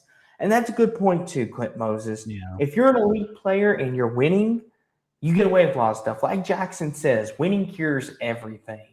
And Michigander says, "Hi guys, What's up, man? how's it going? Pretty good, pretty good." Oh man, yeah, because I mean, I think I said something on the AC Live show, but I didn't know I was adding another appearance on Lockdown West Virginia tonight before that, honestly. So it's like there's always something I've got going on. That's for sure. That's why Listen, you click on the notification bell so you don't miss no yes, video or episode whatsoever that I'm doing. yes, and we're glad you're all are here now, and we'll stick around for a few more minutes if nobody else calls in, because there's still other topics. But as for this one, though, I mean, for me, Jackson, back to this point though, is you just got to figure out a happy medium. Like Clint said, he wasn't point shaving. That was the thing. He was still trying to win. He wasn't like the Porter Jr. that played in Toronto, where he was actually trying to miss on purpose, and he got suspended for life. So, and Steve says Sorsby isn't the victim. What do you think about that, Jackson? I'll let you tackle that first. I could agree with that, but I do think too many people were in his ear, though. Like, I think way too many people were in his ear, and all those Okay. people there that were in his ear, they're like, "Okay, you're making us look bad. Bye bye." You know, Okay. I felt like I was watching that King of the Hill episode of the guy, the flying Hawaiian. And where like Peggy gives him a bad grade and everybody's all pissed at Peggy and then is all pissed at Hank, where it's like, well, you got 2 messes to clean up now. And they weren't even thinking about the kid. All they thought about was the state title, the state title, the state title. Because like, we gotta win. But it's like, well, we gotta make him look good. It's like, yeah. It's like the only person that cared was Peggy. Whereas like everybody else didn't care. They just wanted that state title. Mm-hmm. Same thing was going on with Brendan Sorsby. All those people that were in his ear, they don't care about him personally. All they care about is, we spent $5 million on you. I spent millions on you. I've done everything for you. I got you over from Cincinnati. And the one or two people that really care about him personally are kind of overshadowed in all this. Those are the people I truly feel sorry for, really. Mm-hmm. And But Michiganders. hopefully Thorsby, learns from his mistakes and, makes something of himself, honestly. Mm-hmm. I And Mich- hope nothing but awesomeness comes to him. I hope he learned from his mistakes because, I hope that this is enough of a reality check for him. mm-hmm. And Michigander says, no, he is a victim of pure ignorance. Yeah. Thank you, Jackson. I mean, here's the thing. Like you said, Jackson, we're all human. Like, I'll be the first to admit, I'll say right here, right now, we're all human. We all make mistakes, and we've all done some things we're not proud of. It's as long if Jackson, if this was a mistake that he never intended to happen, and he wishes and he doesn't want it to be on his record anymore, and he has a guilty conscience, he could be like, hey, I'm going to stop right here. I'm going to be a man of my word of integrity, and I'm just going to play ball. And Michigander says, if Cincinnati knew about this, Why didn't they come forward about it? Oh, it's because they needed a QB and swept it under the rug. Tech is just a bunch of idiots for bringing it forward. If Texas Tech truly wanted him, they wouldn't have said a word. and Clint Moses, Yeah, because it was like the moment in-person bets with the mob only, no more online bets with Sorsby. Oh, man. I think there was like a story back in the late 70s about a Boston College basketball player taking bets with Henry Hill or just doing point shaving. Like there was something like that where I wish that part was in Goodfellas, but I'm like, no, that's okay. The ESPN documentary is good, but it's fun to make imaginations with your mind. So that's the beauty part of it. I mean, here's the thing, Jackson. Pete Rose, for example, Jackson, he's a famous example of this. He's never allowed in the Hall of Fame because he bet on his team to win. That's the thing. And people nowadays, now people are like, why won't you let him in? He just bet on his team, but that hurts the integrity of the game. I mean, Exactly. there was a couple players in the NFL that did the same thing, and it's just like, I get why it's bad, Jackson. Don't get me wrong. I'm not condoning it. I'm just saying once again, it's just like, once again, if you're tongue lashing them over this, why are you not tongue lashing the people over the other bad stuff, like going to clubs and all this other stuff? Like, why aren't you giving them the whip, so to speak? Yeah. Clint Moses Yeah, because it's like if Shohei Ohtani was getting punished in any way, shape, or form, because I mean, like the agent was the ball guy, obviously, but if he was getting punished in any way, it would be, everybody from his country is going, okay, we're not doing any business anymore with Major League Baseball. Exactly. I mean, let me ask you this, Jackson. Going forward, Texas's Tech future. Obviously, They're Jackson. fine. That's fine. Let me finish before you spit it out. I was just going to say, Jackson, they're going to have another great defense. Right. Do you still think Texas Tech is the favorite to win the Big 12? Or do you think BYU has moved into that position now? Honestly, I think it's a toss-up between those two, but to be honest, Texas Tech's fine with or without Sorsby. They never, because it's like their schedule's pretty easy, honestly. Yeah, I guarantee. Oh, yeah. There's no doubt. That's the thing, too. I could agree with that. I think Houston can really have a good season in 2026. I mean, like our buddy Lucas Hill believes that Houston can win the Big 12. I mean, I think we're gonna learn in week 3, especially when it's Friday night, week 3 between Houston and Texas Tech. So we'll definitely figure out something, that's for sure. Like that's gonna be a good one. I mean, he go for it, Jackson. Yeah, because like honestly, you see like Willie Fritz just turning things around in Houston for the Cougars. Like, I mean, like first season was bad. Second season was a turnaround. I mean, yeah, they beat an LSU team that basically opted out of the bowl game, but still, though, like a 10th win, and that was basically momentum for 2026. I would not be surprised if we do see Houston win a Big 12 title in college football. Yeah, not the shoes. Okay, so here's Houston's schedule, guys. Let's run it down real quick.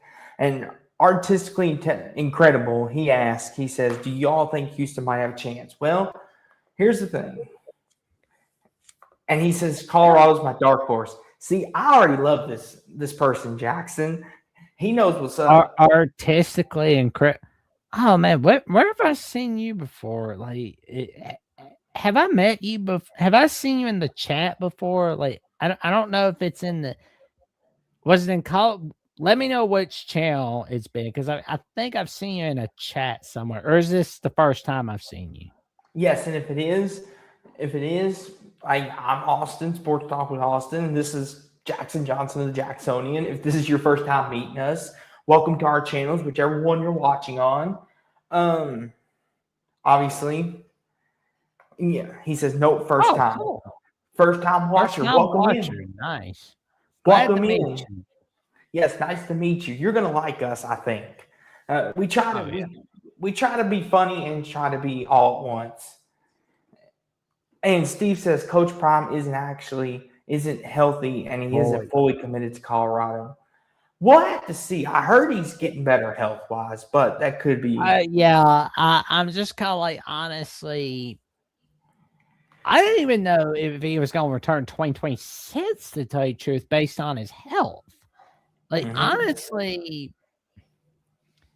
I don't know if he's returned for 2027 or not. I'm just glad he's doing all right now. But, just kind of like looking at this Houston schedule. I mean, you get through that Texas Tech game, you're basically on a road to go into a Big 12 title game, but Jackson, I'm going to be the head coach real fast here, not to cut you off, but let's take time out.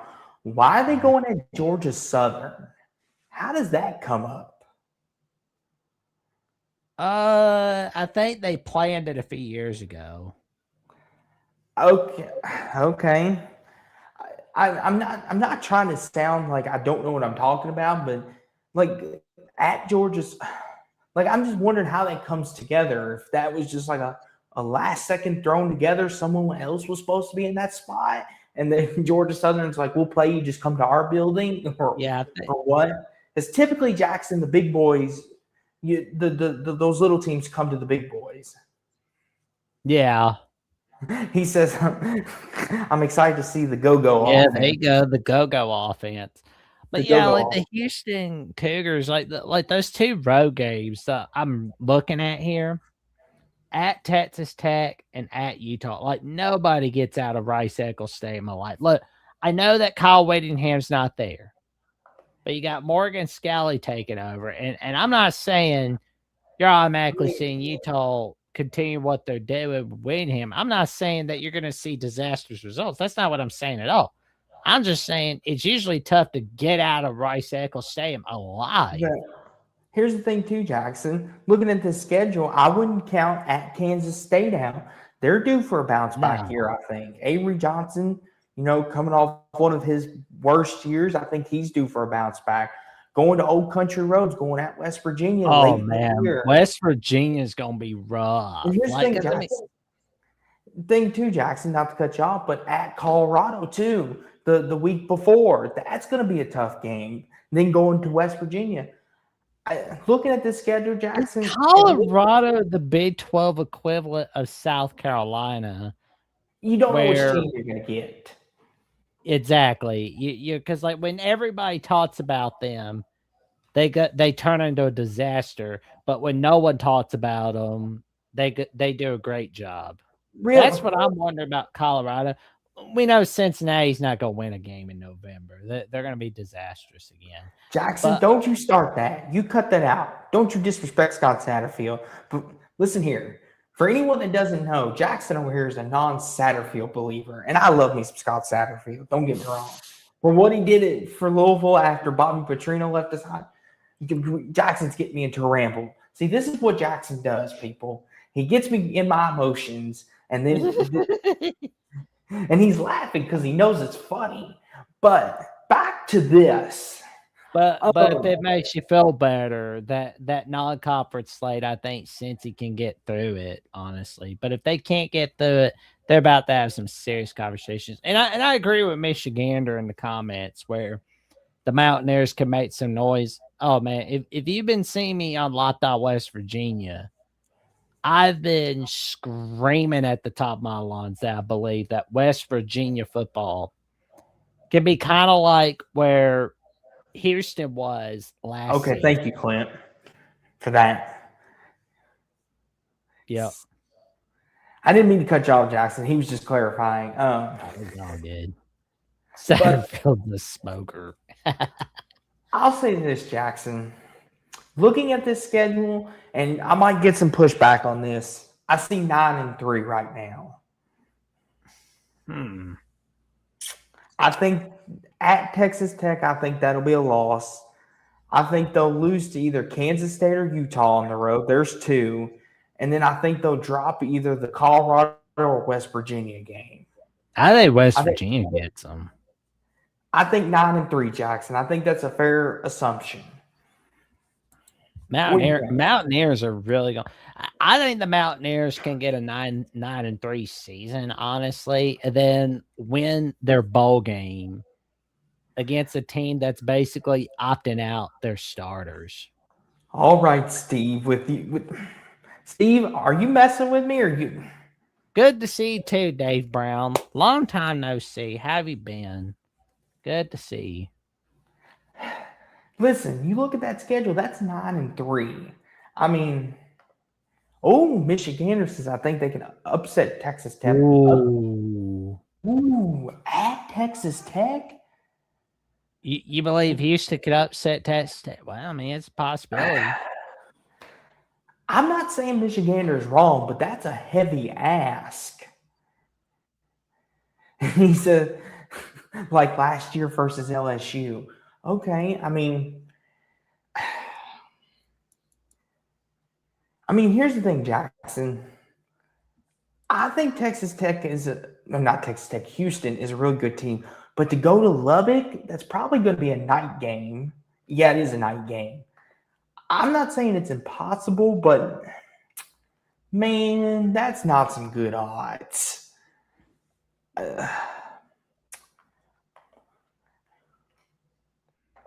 And Michigander says, I don't think the D-line is as good as people want to make it. They don't have the depth as they did last year. That is true. The D-line is going to regress a little bit. And Clinton Moses says the Big 12 is weak sauce. Besides Texas Tech, it's a dog walk. Now, listen here. BYU fans might have something to say about that, Clint. Utah fans might have something to say. Yeah. Let's see here, Jackson. Let's take a look at Utah while we're on the subject. Austin's predictions in mid-season form. There you go. Steve, is that supposed to be a compliment or not?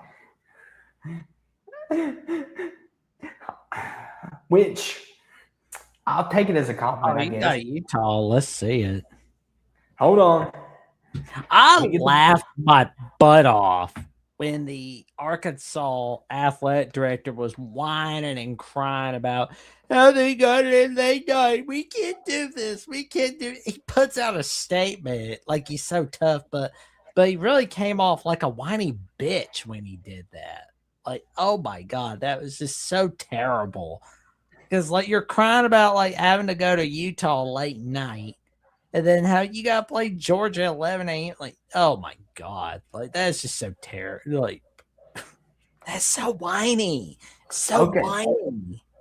Okay, Jackson, looking at Utah's schedule, they got Idaho, which they'll probably win, Arkansas at home. That'll probably be a win. Their first big game, Jackson, will be Iowa State at Jack Trice Stadium. No, that's Iowa. That's Iowa, right? Iowa State. Yeah. No, what's their stadium name, Jackson? Is it Jack Jack Trice? Trice. Jack Okay, Trice Stadium. That's right. Yeah, yes. Iowa Stadium is Kinnick Stadium. Okay, thank you. I was getting too confused, but that'll be the first big game for Utah. Houston will be good at Colorado. Ooh, at Arizona, at TCU. Ooh, look at this 3-game stretch, Jackson. BYU, Arizona, TCU, and then West. Ooh, Jackson, dare I say, Yeah, 8-4? I don't really. I still don't like Utah, West Virginia being on rivalry week because it never screams rivalry week. But I will be happy to watch it for sure. This right here, Jackson, Michigander is on fire right now. He goes, God, it's so hard to predict any Big 12 team because literally anyone can beat anyone on any given Saturday. That's why they're the most fun conference to watch. And that's the thing too, Michigander. Me and Jackson last year, when predicting this conference, we had no clue who could, like, we were picking so many upsets, it wasn't even funny. Like, that's the problem. Like, there was one thing one of us was right about last year. It was about BYU looking really good, like despite not having Jake Ratz. Yes. And I'll say this. If you go back and watch our video of our Big 12 prediction, our live stream, I think it was, I had BYU going 8-4. Jackson, I think, said 10-2. And I'll admit I was wrong. Jackson was more right than I was on that because I thought without their quarterback, I was like, Bear Bachmeier, he's a freshman. He's getting thrown into this. That screams 8-4. But I was wrong. That's why you can't. That's why you can't just only look at the quarterback. You got to look at the whole offense. You got to look at everybody on the defense. You got to look at the special teams. You got to look at the head coach, the offensive coordinator, the defensive coordinator. Hell, you got to be looking at whether the starting quarterback, is having blue balls or not. I was kidding about that last part, but in all seriousness, though, you got to make sure you've got like all the stories lined up. You got to make sure you're just ready. Like you got to look at everything all set. And yes. There again with Texas Tech, this Sorsby thing is not the end of the world. It does not mean 8-4 for Texas Tech. And anybody that's wishing for that is going to be really disappointed because, there again, Texas Tech won the Big 12 last year. They dominated everybody in that conference, cheered up everybody like a chicken nugget. And honestly, that's why you have to look at everybody on the roster. You can't just look at one part and go, oh, well, it's all over. Bye. It doesn't work like that. 100% artistically incredible. BYU did great having a true freshman quarterback. He was a legit freshman, not a 21-year-old freshman like BYU typically has on the team. Yeah, because one thing to really remember, and I think I stated this is one of the reasons why BYU would have a huge season last year, despite not having Ratzlaff on the team, was their defense. Their defense was going to help them out a little bit, and it did. Their defense helped them out a lot. They were shutting people down on a daily basis. Now, I'll say this, Jackson, too, this comment here. And I'll say this, and here's the thing, too, with BYU last year. They won a lot of close games, too. A couple years ago when I previously made my preseason prediction for last year, they won a lot of games. And I even told Jackson, I said, they're going to be like the Minnesota Vikings. They won all those close games. This is the year they lose them. Because typically, if you win a lot of close games, the next year you lose them. And BYU proved me wrong. And the thing is, too, we've seen freshman quarterbacks come in and into a situation and light it up and be on fire with it. And in Bear Bachmeier, I thought, it was like, let's see what the kid's got, right? Going into these hostile environments. And the fact that that they were able to beat Utah and beat these teams. The only team that he looked really bad against was Texas Tech, which Texas Tech made everyone look like buffoons. But I give him all credit. It's hard as a freshman to come in and just light it up. There have been quarterbacks that have done that, like in recent history. I mean, Jackson knows very well in Bama. Nick Saban started freshmen and they've won titles. Yeah. And like Michigan is just a 20. Exactly. And Jackson even said, I thought the defense was mid. I did. I thought the defense will be good. But it's the offense I'm worried about. He said BYU lost to Georgia Tech. Enough said. Well, and they did win that one, but Georgia Tech's a good team in the ACC. I cannot wait to see what they'll be bringing. I want to see them be that team that goes to AC target. Austin will tell you, I wanted to see the Yellow Jackets go there so bad. I wanted them to upset Georgia so bad, but close, but no cigar. Steve wants to know our thoughts on Virginia Tech and Penn State. I think it'll be a good game. I think it's kind of. Oh, they're not. He's asking about your thoughts on each of these teams. Okay, my bad. Let's see. Penn State, I think. I mean, do you think Matt Campbell was the right hire, Jackson? Let's start there. I think it's all right, but I think we're gonna wait and see. I do feel like they'll get the same results as they were with James Franklin. Like, if they're hoping for a national title, well, they're just not getting it. That's the thing. I mean, because I know, Jeffrey and I talked about it a lot at length last year, where he was just like, Penn State shouldn't have fired him. I was like, I didn't like the firing either, but it was gonna happen. The moment they lost to UCLA, the moment they lost to Northwestern, that wasn't because of losing to UCLA Northwestern. That was just pent up frustration. That was just an excuse to go, okay, you're out. That was years of not beating Ohio State. That was years of not beating Michigan. That was years of having only one Big Ten title. Like, he moved the bar up. That was the thing that, like, he basically rebuilt Penn State, right? And I get, Penn State should be grateful. Like those that say, well, Penn State should be grateful. Nobody was going to bring them back up, until James Franklin came in. But here's the thing, though. We got past that time after 2016, after 2017, 2019, 2020. It was all about whether Penn State could beat Ohio State and Michigan. They couldn't get it done. They want to see whether Matt Campbell can get it done. Okay. Do I think Campbell can be a nuisance on the recruiting trail for Ohio State? Sure. Because he's got those Ohio ties from his days at Toledo. And he was born and raised there. So I could see him doing that. And it's a good thing, too, that they don't have Ohio State on there this season.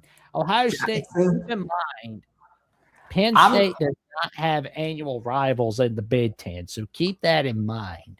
Jackson, I'm about ready to make a prediction. I think people are going to lose their minds. Go for it. I think Penn State might go 10-2 this year. Oh. Look at this schedule, Jackson. You stop me. I'm going to rattle off where I think the wins and losses come, and please stop me when you hear me wrong. Marshall, win. At Temple, I think they'll win. Buffalo, at home, win. Wisconsin at home. Wisconsin should be better, but I think win. At Northwestern, I think that's a win. USC at home. I do think USC will be better, but I do think it's a win. At Michigan in the big house, I think that's a loss. Purdue, win. At Washington, I think that's a loss. So we got the two right here, and I think they'll beat Minnesota and Rutgers at home, and I think they'll beat Maryland. Well, that's the thing, though. It is like 4 of those 5 games look pretty easy for Penn State. Me and Steve agree. High five, Steve. Okay, my bad, Jackson. Go ahead. So, whoa, Michigander got Maryland beaten. Wow. Okay. That, like, wow. We agree on 2 of them with Michigan and Washington. What do you think, Jackson? Let's get your say in this. I've got 10-2. Where do you think they're at? I've got Michigan and Washington beating Penn State. So you have them at 10-2 as well. You agree with me? Not yet, because I mean they'll win their easy games, but Michigan brings up an excellent point where Matt Campbell teams tend to lose games that they can easily win. This is true. So I mean, I'm not saying Northwestern is that game. I'm not going to say that. I mean, could USC win? Sure, but Penn State USC just feels like a toss-up. Like, I mean, like 2026 feels like put up or shut up for the USC Trojans. And listen, like I said, I know I might get some pushback on saying this, but it's just like looking at this, Jackson, it's not that bad. And here's the realistic thing too, Jackson. They could realistically, could they lose to Purdue in the middle of that? They could.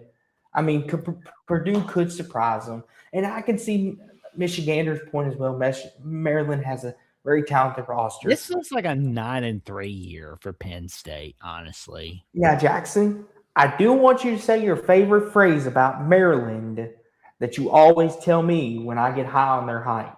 What is it? They get you all excited in the month of September, but in October, November, they come crashing down to reality. Okay. They do that.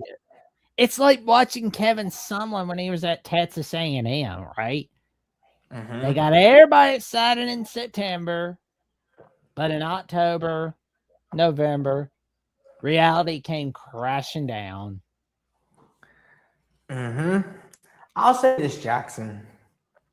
But I don't think Maryland is going to be having a good start this year. Okay, let's look at Maryland's schedule while we're on this topic and see if there's any other teams y'all want us to talk about. If you want us to talk about any other teams before we leave tonight, feel free to leave them in the comments. We're taking requests. Me and Jackson will go over them. Let's look at Maryland since Michigander's talking about Maryland. Okay, Jackson. They'll win the first two games, right? Well, yeah. So where do you have their first? Oh, gosh. At Nebraska, at Ohio State, at USC, sheesh. I'm sorry, Maryland fans. That is Cover your eyes. Cover your eyes. I still don't like calling Maryland UCLA a conference game or Maryland USC. I still feel that to be weird, but I know that's another time for another day. Oh yeah, Crashlet, Nolan Izette, and Matt Portnoy. I think I got his first name right. Okay. Now listen, anybody that's paid any attention to me and Jackson over the years, Jackson is not shy on how he feels about Lincoln Riley and USC. So whatever Jackson says, take it with a grain of salt. He's got his Lincoln Riley blinders on because he took away Notre Dame from him. So Jackson's like a kid in a candy store. He got his hand slapped out of the cookie jar, so now he's mad. Good. Well, I'm going to be honest, though. You know, this feels like it felt like John Calipari with Kentucky and Indiana. But the thing is, USC brought Lincoln Riley in to get them back to the playoffs on an annual basis. They brought him to make sure that he was going to get them to where Pete Carroll had them, right? Mm-hmm. That's what they thought of with Lincoln Riley. But instead, they're pissing it away in the Alamo Bowl on 3rd and long against TCU. They're blowing double-digit leads in the Cotton Bowl against Tulane. They're collapsing in the 2023 season. They're collapsing in the 2024 season. 9-3 will probably be fine for this year, but 2027, it's really going to be it's your ass. It's your ass. This feels like Jimbo Fisher at Texas A&M all over Jackson. Again. If USC manages to go 9-3 with this schedule, Lincoln Riley better be Lincoln Riley better be better be thankful, because look at this schedule, Jackson. Obviously, they'll win the first 3. Now, Fresno might give them a game, but they should beat Rutgers. They should beat all these teams. And then, but like, look at this, Jackson, at Penn State. Then they got to go to the jump around. Then they got Ohio State. You're going to get pummeled in your own backyard by the Ohio State Buckeyes, and Indiana's going to slap you around. Like, good grief. Jackson. And Steve says UCLA is a sleeper. Yes, Jackson loves him some Bob Chesney. Don't get me wrong. Jackson. I love Bob Chesney. But with that being said, though, Jackson, there's another person. We got another caller here before we go, and we love this person. He's a good friend of ours. He always brings his hot takes and his wonderful colorness of his love for the SEC. I think y'all know who we're talking about. We love him. He's a good friend of ours, and we wouldn't have a show without him calling in. Obviously, he does so many wonderful things. He's our great friend, and he's the goat of all goats when it comes to calling in, the real MVP. And he's a Kansas City Chiefs lover, but we won't hold that against him. Thank you, Austin, for the great introduction, as always. Very high praise. Very unwarranted praise, by the way. I'm just trying to make everybody happy and entertain them. But just to go on your most recent point, this is make or break year for Lincoln Riley, man. If you're at USC, you have unlimited resources, you're in a new NIL era, for goodness sakes. Indiana, little old Indiana's out here kicking everybody's butt, and you're one of the top 5 or 10 programs at worst of all time, and you can barely struggle to win 9 or 8 games a year. Sorry, I don't care. His schedule's difficult. You're USC. There's a few programs out there that I don't care who they play every single week, they should win. Ohio State, Michigan, Georgia, Alabama, Texas. USC's in this category. They are at the point where if they don't make the playoffs, Lincoln Riley must go. It's that simple. Because you've got on the other side, Oklahoma, he left Oklahoma, and Oklahoma is better than USC with a worse coach, a more unproven coach. That's embarrassing. Oh, yeah. I can't sit here and argue with you, Daryl. I mean, like, that's the thing, too. Like Jackson says, if Lincoln Riley at least doesn't go 9-3 this year, he might be fired. He might be. Because like, the thing was, Daryl, is the Notre Dame rivalry going away, right? That was the thing, right, amongst the topic this year. They always said, Lincoln Riley said, it's because of Notre Dame. It's because of Notre Dame. Well, if they don't go 9-3 and make the playoffs, if they don't go 10-2, he's gonna be in big trouble. And if there's even a piece of ink on any piece of paper that says, "Oh, we're expanding playoffs," and you see USC make the playoffs and they don't win a game, they're gonna get really pissed. They're gonna be foaming at the mouth, pissed. Right, and I don't expect USC to make the playoff or be in playoff contention at all. But this mindset I think Austin's hinting at is why I think Lincoln Riley's a failure. Well, since Notre Dame's off their schedule now, we should expect them to win 9 or 10 games. I don't care if Notre Dame's on the schedule or not. You're USC, you go win 9 or 10 games. Don't care. Sorry, you're USC. You want to go to a big-time program, you got to have big-time results. Listen, I'm Kentucky, man. Okay? We're not expected to win 7 games a year because they're a schedule. But that's Kentucky, man. USC, man, is different. Alabama, man, should be different. Jackson, imagine if I told you, man, Alabama, I think they can only win 9 games because, man, they got to play Texas and Georgia and Ohio State in non-conference schedule. I mean, that's a 9. Would you accept that? I would be sitting there going, how far have we fallen? Exactly. That's embarrassing. It's super embarrassing. Look, let me ask you this, Daryl, and this is a serious question. Between USC and Notre Dame, who needs to have a better year personally? Oh, USC without it. And this isn't even like in the same universe. Notre Dame made the national championship game 2 years ago.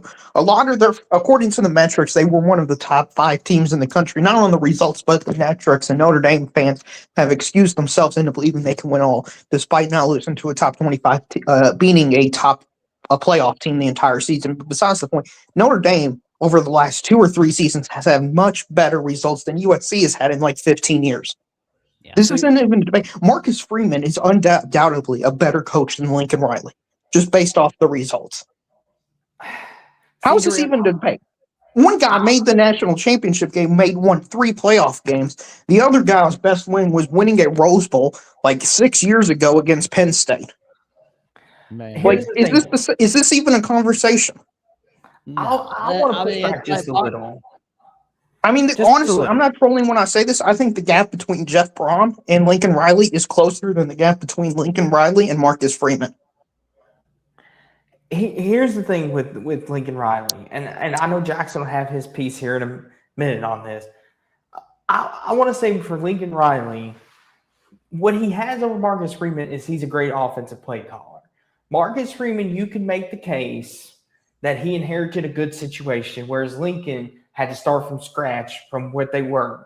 And the reason why I say that, if Tim was here right now, he would say this as well. Marcus Freeman got to take over what Brian Kelly had started, which Brian Kelly left him in a really good situation. Whereas Lincoln came into a 5-7 program where Clay Helton left it the year before, and he had to start all over again.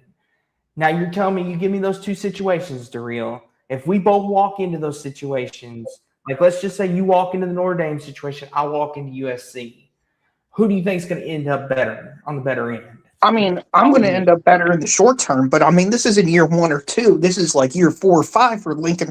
Is this year even 6 for Lincoln Riley? I mean, I'm sorry. Kirk Cignetti in 2 years has made some much more significant improvements. Even in year 1, Kirk Cignetti has done more than Lincoln Riley has done in basically in his entire coach at USC. And also, Marcus Freeman, in your analysis, you forgot something. He took a good team and made them great. Yeah. Lincoln Riley has took a bad team and made them good. It's a lot harder from going from good to great than it is bad to good.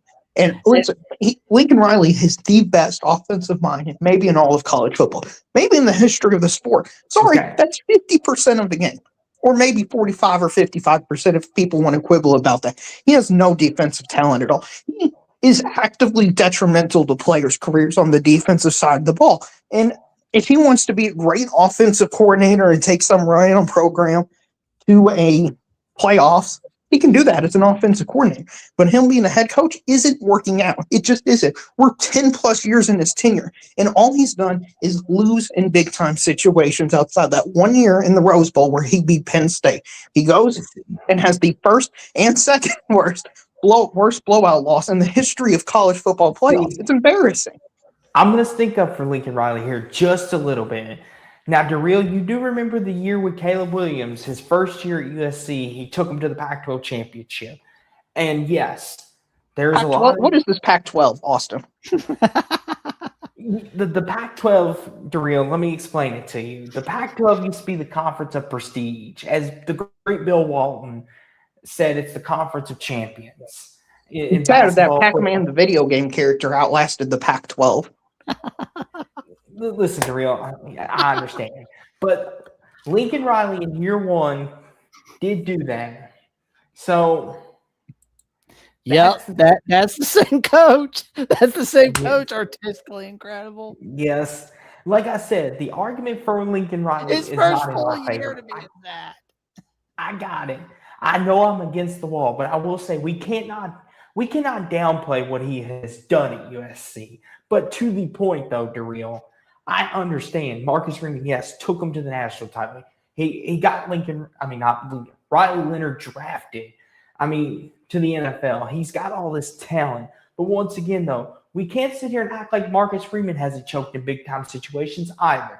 We can. We can get rid of that narrative because in order to make the national title game, he had to win playoff games. And maybe I'm mistaken by this, but he did win playoff games, correct? That's correct. Yes, sir. And they were close games. Like, I'm sorry, this comparison, Lincoln Riley is closer to being. Sorry, Darrell, I'll add to that point. Notre Dame smoked Georgia like a chimney.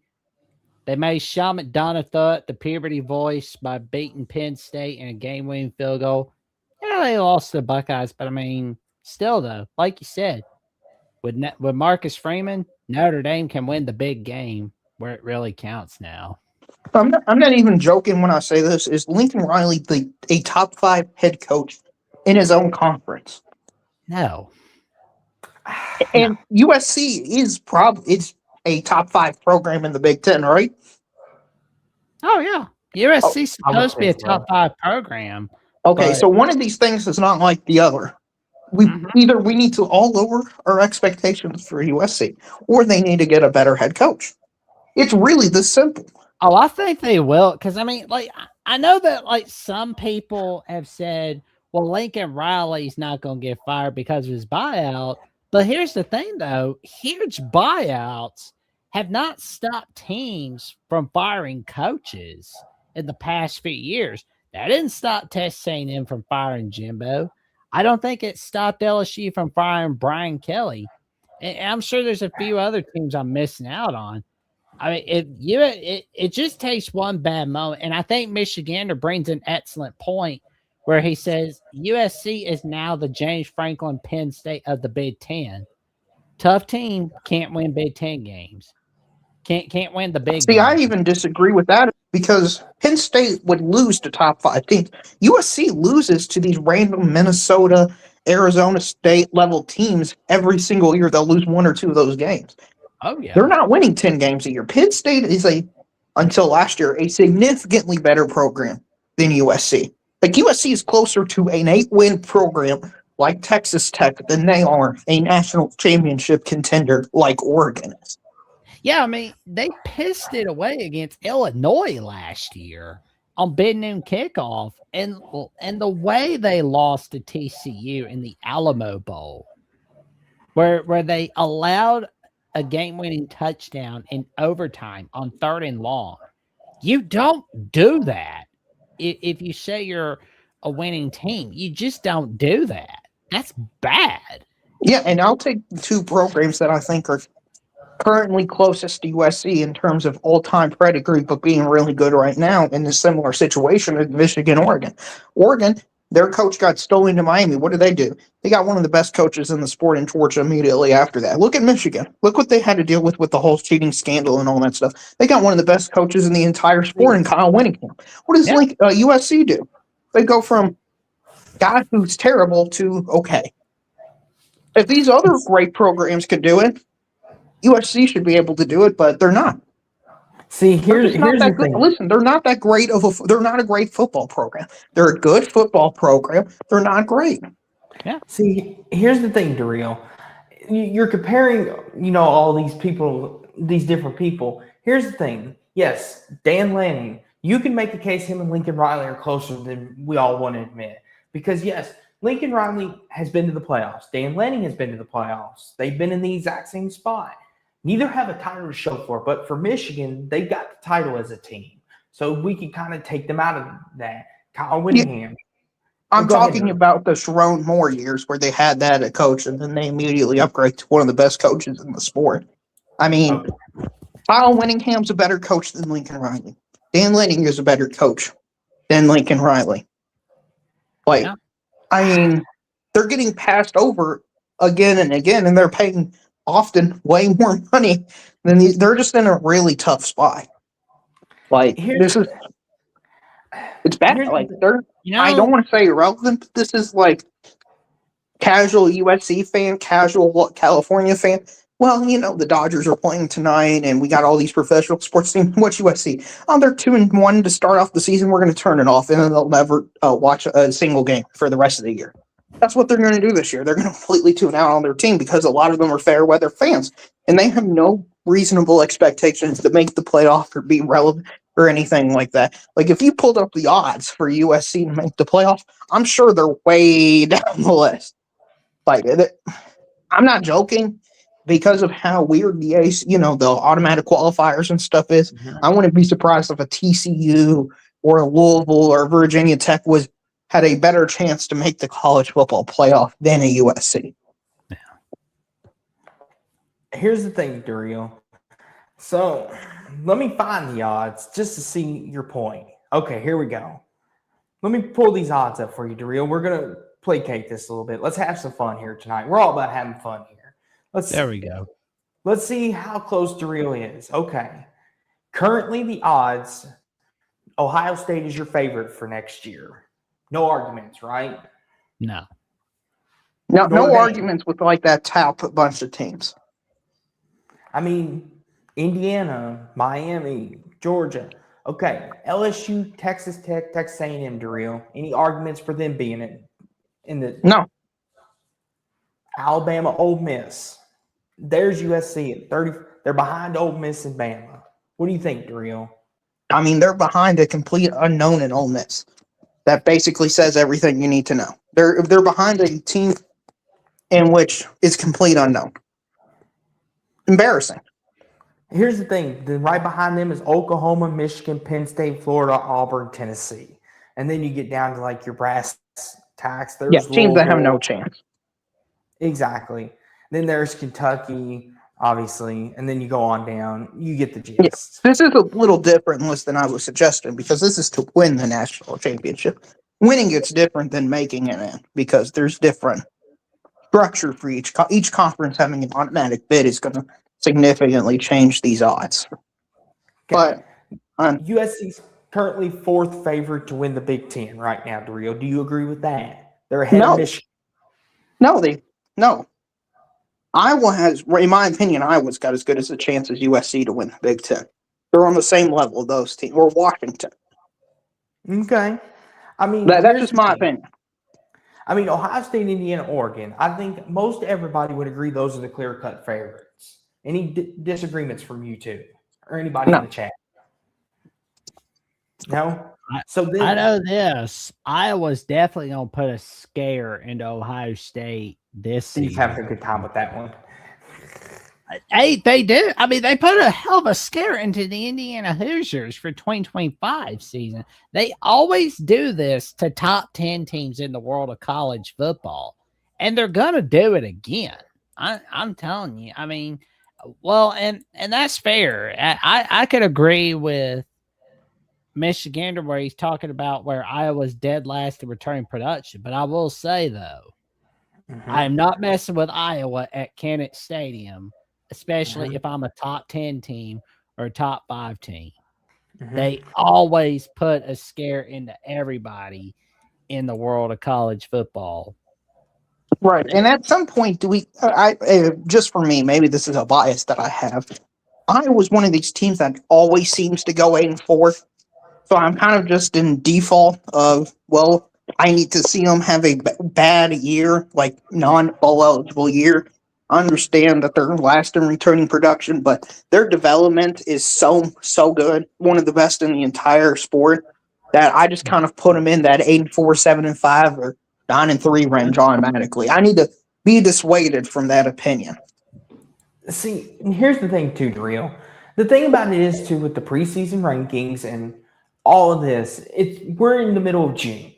We've still got another 2 months when the season starts. A lot can change by the time we get to October, November. Like Dario, there's teams that will come out of the blue and surprise us. This could be the year of West Virginia for all we know in the Big 12. Or maybe this is the year Ole Miss breaks through and wins the SEC. I mean, we're all just guesstimating. And I get what you're saying about Iowa, Dario. They're like the Pittsburgh Steelers. They win 8, 9 games every year, and they're just good enough to keep things going. I mean, I get what you're saying, Dario. This is all based on a prediction. Who knows? Next year, Dario, Kentucky might win 10 games in the SEC and shock us all. No, that's not happening. We're gonna go. Hopefully, go 6-6. Best case scenario, probably go 4-7. That's a biased fan perspective. Realistic, we're going 3-9. Let's pull up this Kentucky schedule. We're in a bad way. We're down bad. Go ahead, Dario. My bad. Austin, we're completely screwed because of this 9-game SEC schedule. This is the problem with it. And this is why all the people that thought, well, it's half and half, so that means there's going to be 4 losses. Those 4 losses are going to occur against the bottom of the SEC. It's not going to be evenly distributed, and since Kentucky is one of the 4 bottom programs of the SEC, we're going to lose a 9th or 8th game and go 1-8 instead of 1-7 in the conference. I mean, God bless us. We play Alabama. That's going to be a 35.0. We play Texas A&M. That's going to be a 30.0. We might beat South Carolina, but probably not. That'll be a 14.0. LSU's a 25, 30.0. Or Oklahoma is another 30.0. we're not going to be competitive in 50% of our schedule at least. Darrell, looking at the schedule on second thought, maybe 5 and 7. Yeah, maybe. We're going to, hey, that Youngstown State game in the beginning is going to be the highlight of my season. We're going to look so amazing here in week 1 that it's going to be unbelievable. And then we're going to lose by 35. And, you know, I'll be watching other games. I'm hoping the Alabama game's a competitive one because if me and Jackson go to that game, I want it to at least be good. Oh, yes. And by the way, I just want to say this because it's on ABC. That game will be one of the most watched games of the entire weekend. It'll be, I almost can guarantee you, that will be the second highest or third highest rated game of the week. In terms of, if you put it in, I want to specify it to make it clear. So Oklahoma plays Michigan that week. If this game was a Big Ten game, it would be second or third. I mean, it would be. Here's the thing. I mean, you got a new head coach coming into Real. I mean, and it's not the Alabama of old, so there is a chance that maybe you could catch them napping like Florida State did. Austin, they have better players. Here's the thing, Darrell. I want to play devil's advocate, and once again, I know I'm beating a dead horse here, the poor horse, but we saw Florida State last year. Here's the thing, Darrell, miracles can happen, and even better, me and Jackson could be there to witness the miracle, get it on film, and we'll play the video for you, and we'll have a good time. That'll be amazing. But it's not going to happen, but that'd be amazing. University of South Alabama, and they might be Kentucky. They're a good G6 program. They're not going to, but that'll be a close game. Hey, listen, I got to hang on to the past because the past is all I've got, man. Look at this schedule. My season is over before it starts. Hey, you might beat Florida, Darrell, at home. Ooh. We can go on a nice 2-game winning streak with Florida, Mizzou. That'll be the highlight of my season. Hey, you might beat us at home, Darrell. No, we're not going to beat you all. We're a few years behind you all. Hey, you might beat LSU for all we know. No. They're going to make the playoffs. Hey, Jackson, if Kentucky beats LSU, are you going to throw a party like an alley cat? Well, let me see. No, Lane Kiffin's going to run up the score and make it like 63-3 type thing because Lane Kiffin's one of these coaches that is like the Tennessee to the G6. They want to win by 70, 80 points. That way it looks really cool to the playoff committee and it looks really cool for week 1-2 conversation. Mm-hmm. So we're going to get splattered. Yeah, Lane Kiffin's a turd. Let's look at your boys, Jackson, while we got Darrell here. By the way, I didn't think Alabama, I think they're going to be a worse team than last year, but I actually think they're going to be a higher seed because their schedule is so bad compared to what they could have done in the SEC. I think this is a 10-win team, just going off of it. And there's going to, unfortunately for Michigan fan or Ohio State fan or Indiana fan, a 9-3 team that's one of those 3 teams I think is going to be better than Alabama, but they should be left out of the playoff because of what happened last year. And Steve says Lincoln Keyholes is a Heisman sleeper.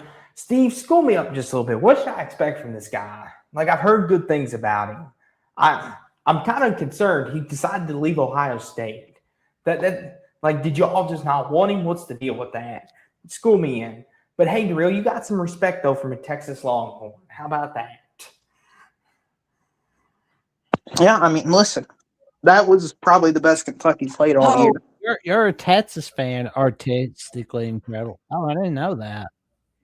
Yeah, he's got, in my opinion, they should be the favorite to win the national championship this early on because they've got the best coach quarterback combination in the entire sport. Yeah, I mean, for this schedule, this is a pretty weak schedule for an SEC standard. Can I take a TV timeout real fast, Darrell? I'm not meaning to interrupt. I apologize. Darrell, the first half looks like a cupcake, but look at this. Georgia, at Tennessee, then they get A&M, then at LSU, and then at Bama's going to get tested through. Georgia to LSU is their gauntlet. But Vanderbilt, I believe, is going to be terrible this year because Diego Poverty is leaving, has left the program. He's gone bigger and better things. Auburn is Auburn, and they're terrible. And Chattanooga is Chattanooga. Sucks. That's the thing. DeReal and Jackson, I love you to death, but is Alabama going to go 8-4? No, they're going 10-2, Austin. No. Okay, hold on. Let's go through this. East Carolina, I think we all can agree that's a win. Kentucky's a win. Florida They're okay. not. That's why I said 8-4 for Bama. Okay. At Mississippi State, if it's a night game, could be an upset. It's not going to be. They're the worst program in the SEC. Oh, Bama's going to beat Texas A&M, honestly. I think Bama beats Texas A&M and Georgia. I feel like they lose to Tennessee. LSU's a toss for me. Yeah, they're probably going to go 3-1 or 2-2 in that 4-game stretch of Georgia, Tennessee, A&M, LSU. What about 9-3? I'm hoping they don't slip up against South Carolina, but that's one team that's given Alabama a tough time over the last 2 years. And I feel like they're going to do that again this year. And if you really want to beat Bama, you got to make sure you're making them run the ball. I didn't think I'd ever have to say it, but it's like when I was on with Walker Gaskins this week on the South Carolina channel. By the way, go check him out. He brings out great South Carolina content. And honestly, South Carolina is one of those teams I think will definitely get up for Bama. They will be rocking and rolling in Tuscaloosa. They are going to bring their best A game. And if you really want to beat Bama, you got to make sure you can make them kick. But if you got Lorson Quinn kicking the ball this year instead of Connor Talty, I think you'll have some issues trying to stop the kicking game unless you can block the kids. But also, that offensive line, I think, is looking good for Bama this year. It's way better than last year's. They're coached by a proven offensive line coach. He's going to be the guy that's getting them rolling. And you're going to have Keelan Russell getting things going for the Crimson Tide. I know I'm calling it early, but still, I think Keelan Russell's your starting quarterback for Bama. I think he's going to have a great stat line for the Crimson Tide.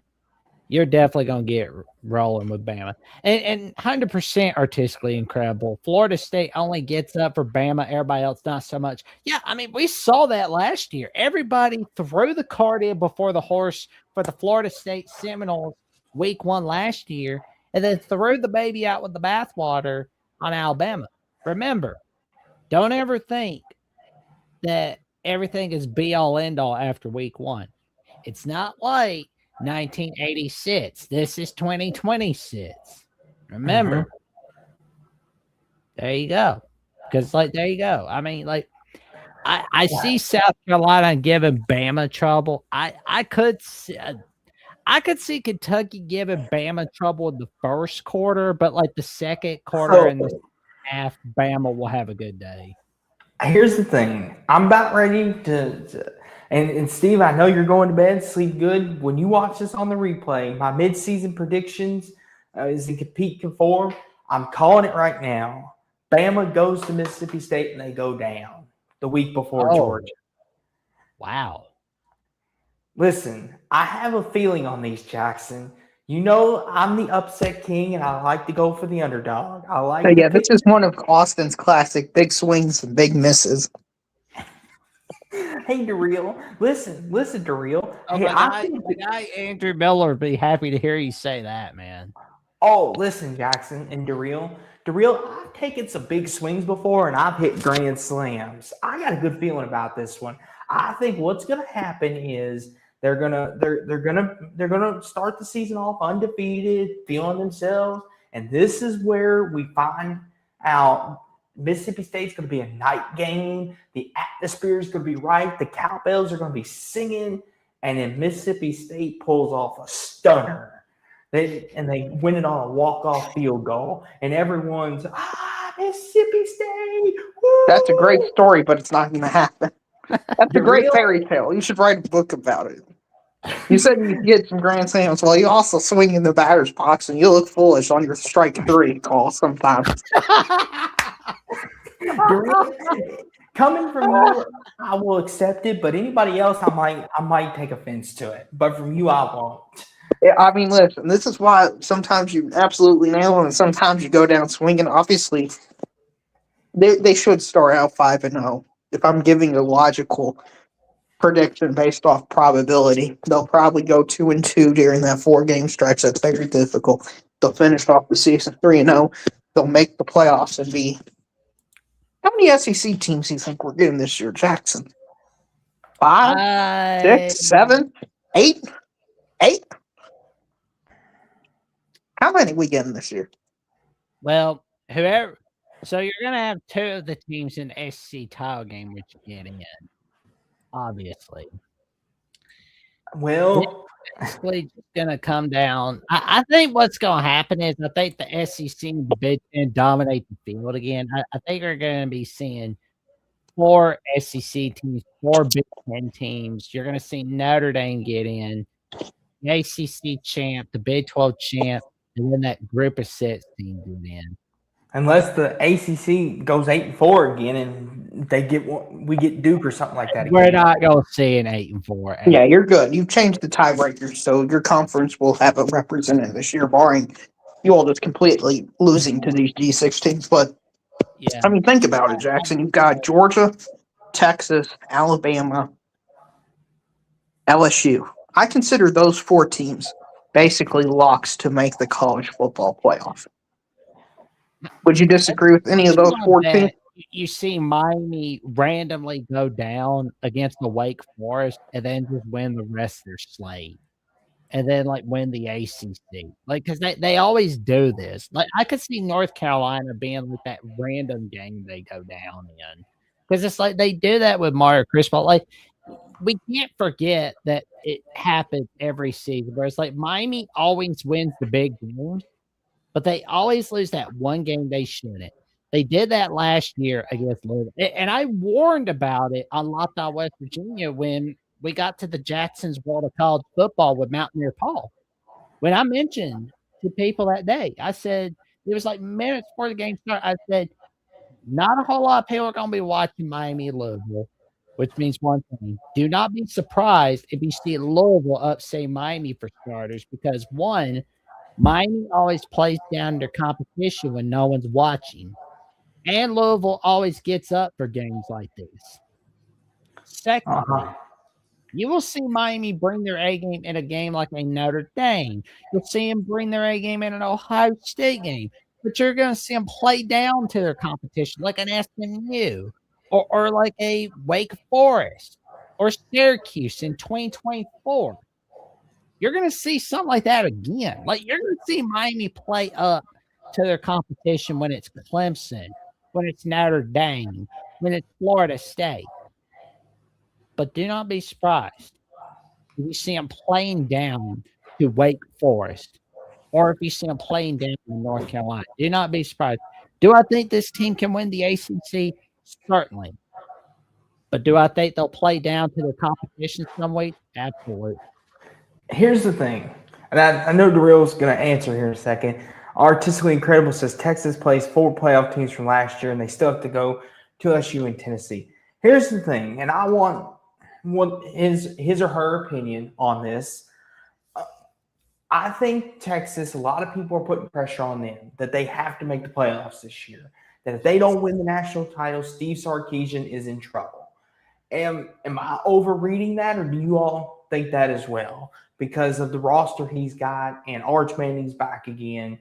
Partner, I'm right there with you because they've added so many offensive talent for Arch Manning. I mean, they've got a couple guys on offensive line, but the thing is, this screen I'm not saying they're gonna be 2025 Penn State. Not even close. That's not it. But it's just the fact is, when Sark made when he fired Pete Kwiatkowski last season, after the win over Texas A&M, after coming up short of the playoffs, and just say, "Oh, it's all Ohio State's fault. It's all Ohio State's fault." Here's the thing, though. Yeah, they beat Michigan their ball game, but 2026 is put up or shut up time. Texas does not get to a national title. Sports in trouble, in my opinion. They Big may even trouble. have to win it. I could see where it's kind of like, where Mike Brown and the Knicks, where there is just outside pressure on Mike Brown. And then like that humongous playoff winning streak the Knicks went on, and then winning the NBA Finals. I could see where it would feel something like that, where you see like a few rumors of, trouble in brewing in Austin for Steve Sarkisian, where it's like they lose to Ohio State and then like lose to Oklahoma. You can basically see people just getting in the back room, putting a ton of pressure on Sark. Like, I'm saying if they lost, like I feel like they will lose to Ohio State, but if they lost to Oklahoma, pressure would really intensify. Mm-hmm. I mean, to me, Vegas, based on the early line indication, to open the season, they were favored at the opening line against Ohio State. Mm-hmm. The amount of teams in the country that would open anywhere, home, neutral, road, favored against Ohio State, maybe 2 or 3 teams in the country. So Texas absolutely needs to make the semifinals. I'm not going to go as far as you all, because what if they play 2025 version Indiana in the semifinals and it's a 1-score game and that team goes on and to absolutely dominate in the national championship game? I don't think, because of the structure of the bracket, we can say, well, they have to make the semifinals or the finals or something, because of the way it's structured.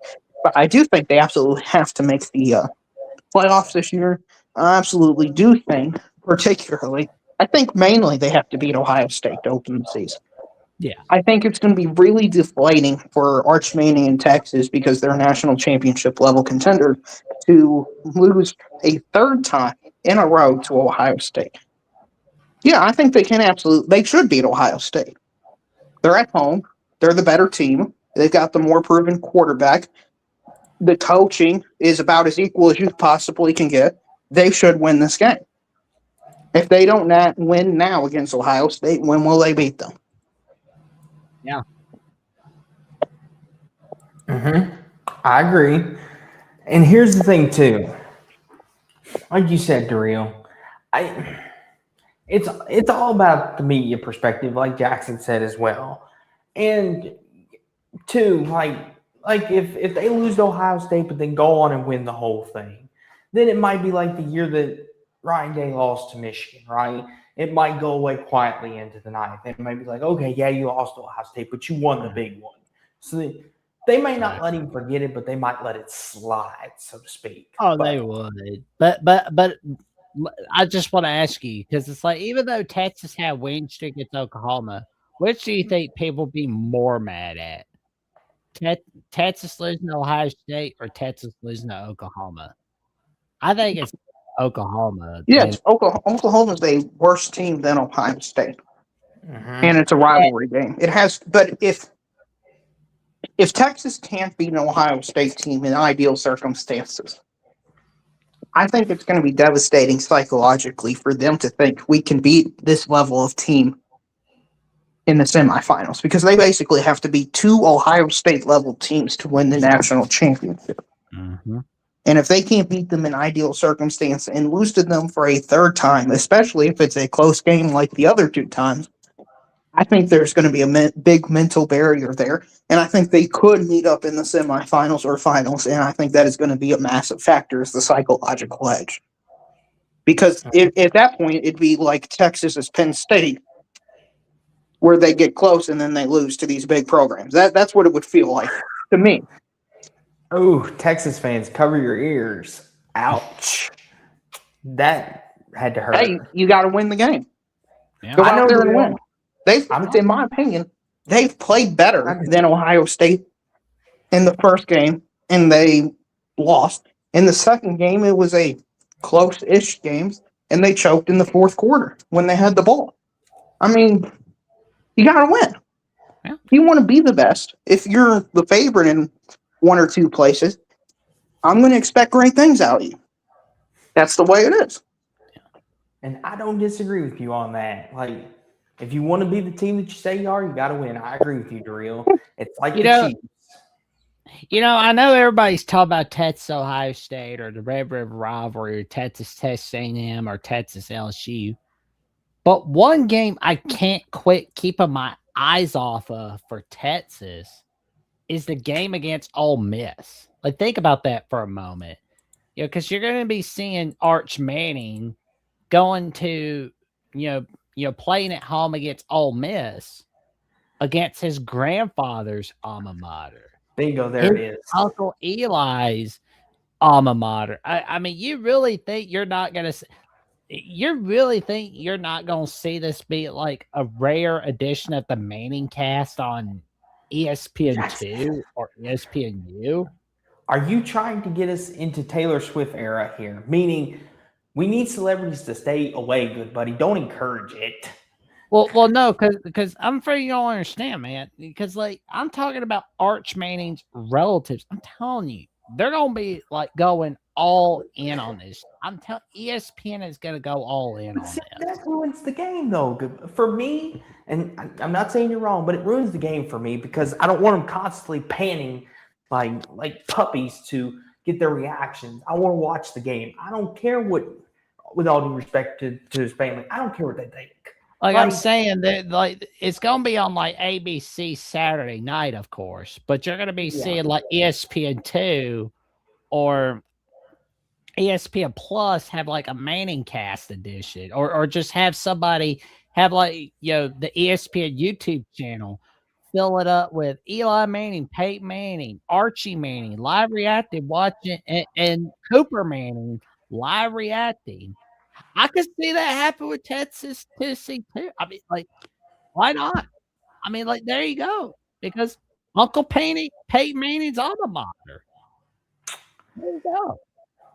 I'll say this. It's interesting. But go ahead, Darrell.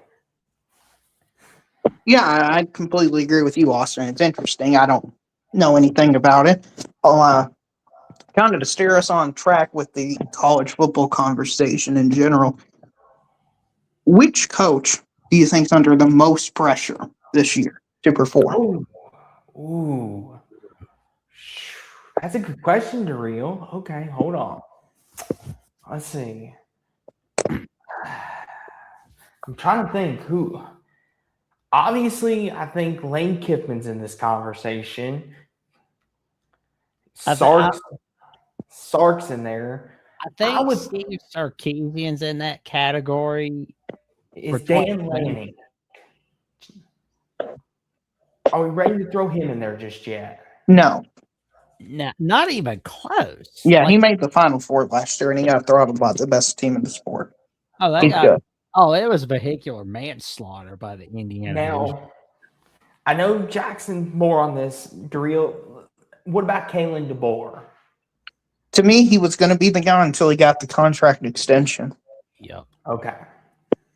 Because I guess the University of Alabama plot, going 9-3 is acceptable. That's, losing to Georgia by 21 points, that's acceptable. Oh, yeah. Good on you, Jackson. Oh, yeah. I mean, because it was, if you're in the SEC title game, you're in the playoffs. And to me, sorry. Yeah, because that was like a point I made last year on the Alabama channel where I kept saying, like, you heard me say to Travion Ware, you heard me say to Jeffrey at Only Talk Sports, you've heard me say to plenty of other people where I was like, if Alabama wins out the rest of the regular season or basically just clinches a spot in the SEC title game, you're in the playoffs. That's what it is.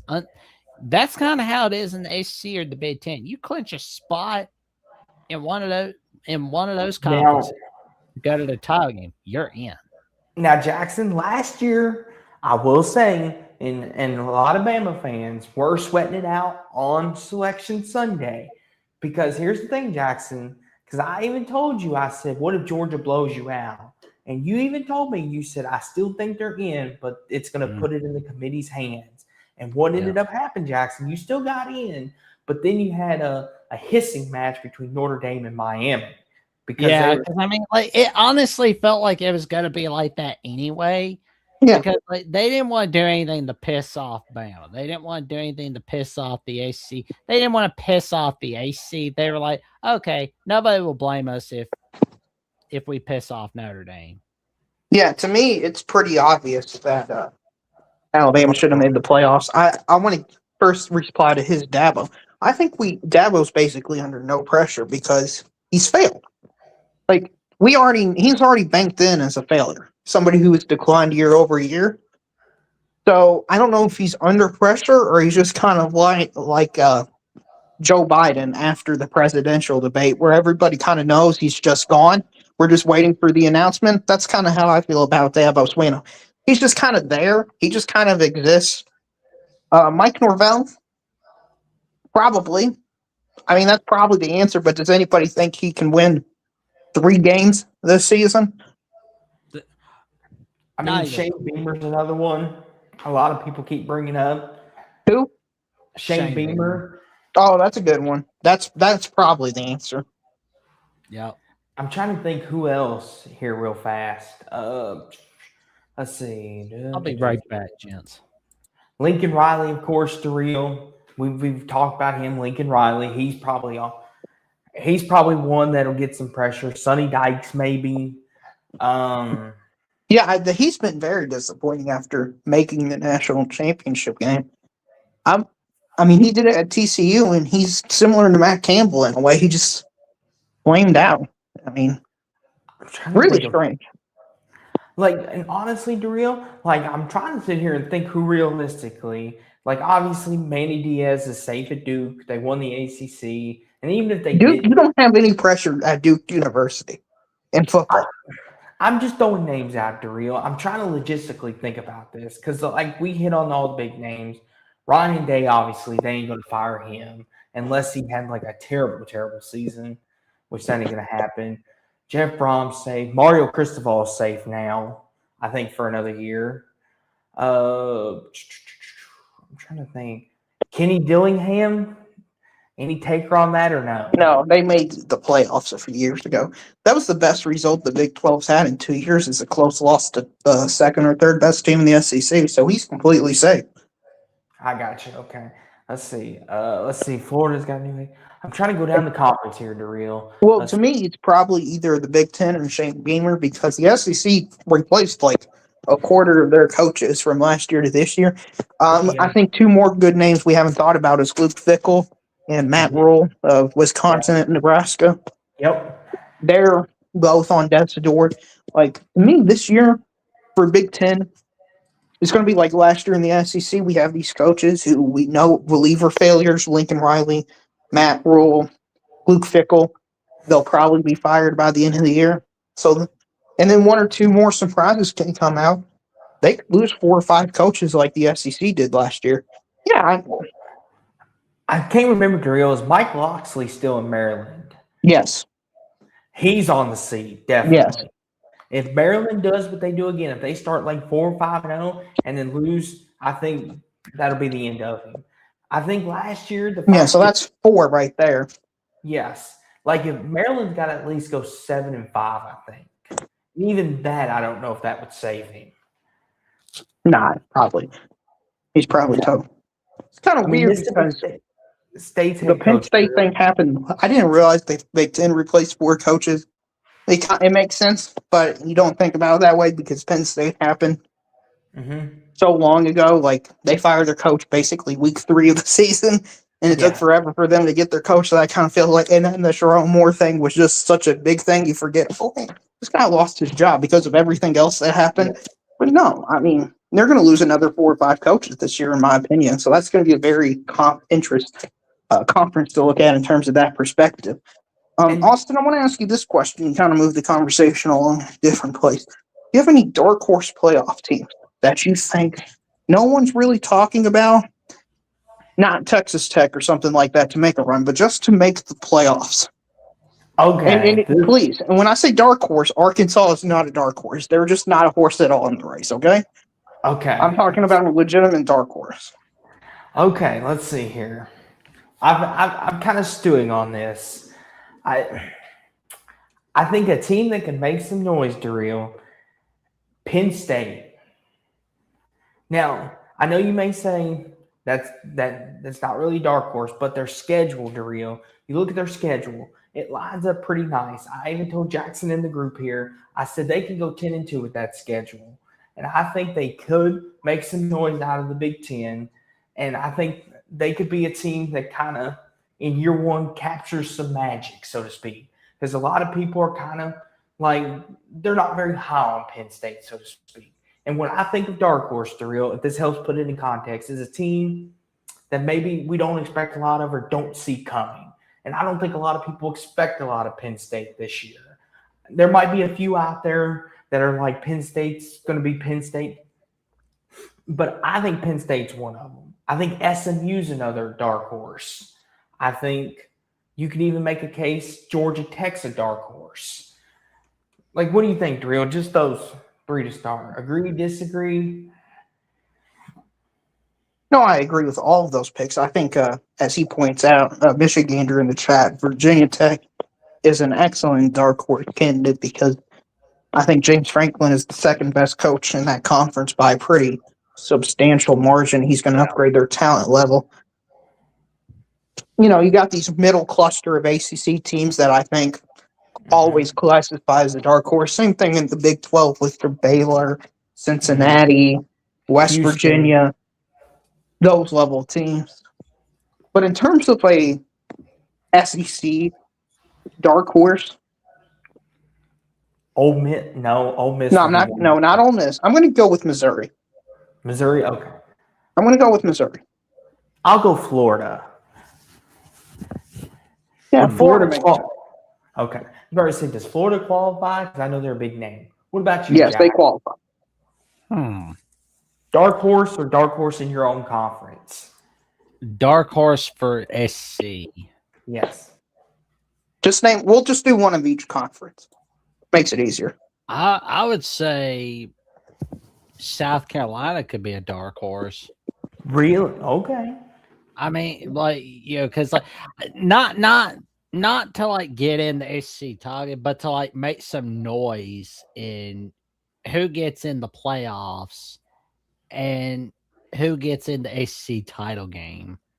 That's what I'm thinking, because like everybody's not real positive on South Carolina. That means we're going to see South Carolina do well again this year. Okay. Like that was safe day 2024. And last year, everybody was positive on South Carolina. That meant they weren't going to do well. Okay. They are that team that does that. They're always a Jekyll and Hyde kind of team. Okay. What about the Big Ten? Let's go to the Big Ten. I done said Penn State. What about you two? I'm going to go with Washington because I really think they got a pretty favorable schedule this year. Mm-hmm. So I'm going to go with Washington. Yeah, I'm going to go with Darrell on that one, really, because, you know, that first half of the schedule looks really good for Washington. Like, I don't see Michigan. I don't see Ohio State. I mean, yeah, I see Indiana and Oregon going to give some trouble to Washington, but shoot, the first 4 games are easy breezy. That's going to be a cinch. USC's going to be a test, but I see Washington. I could see Washington winning that one. I feel like they're going to be unbeaten going into Nebraska. And honestly, it looks like they could be a 10-0 team, like heading into week 12 against Indiana. Artistically incredible ask, could BYU be considered a dark horse? So let's go to the Big 12 next. I mean, here's the thing. They're like a favorite. They're a favorite in the Big 12.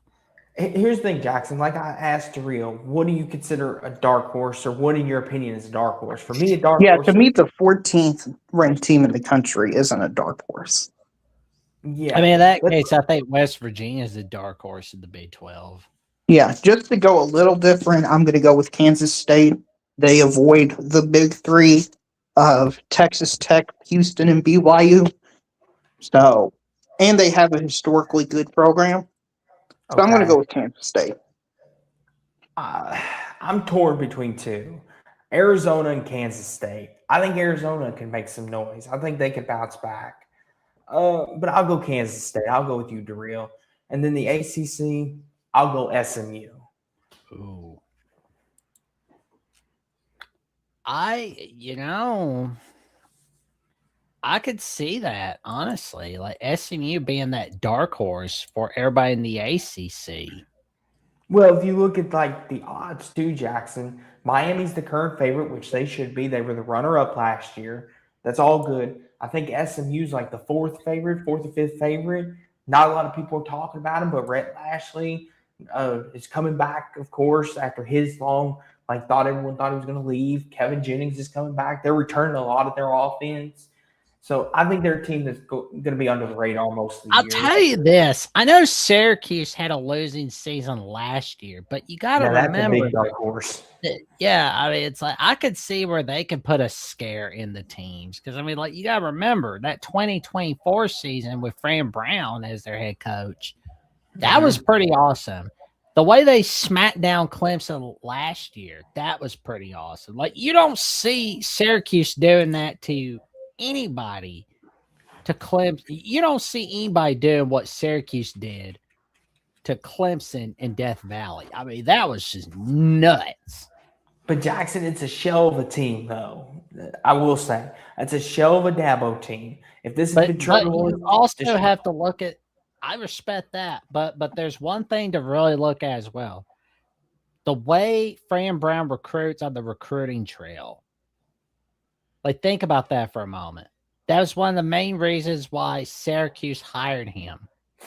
Is he's a hell of a recruiter, did a fantastic job at Georgia, just doing a top-notch job on the trail. I mean, like I think 247 Sports was calling him like the #1 national recruiter at one point.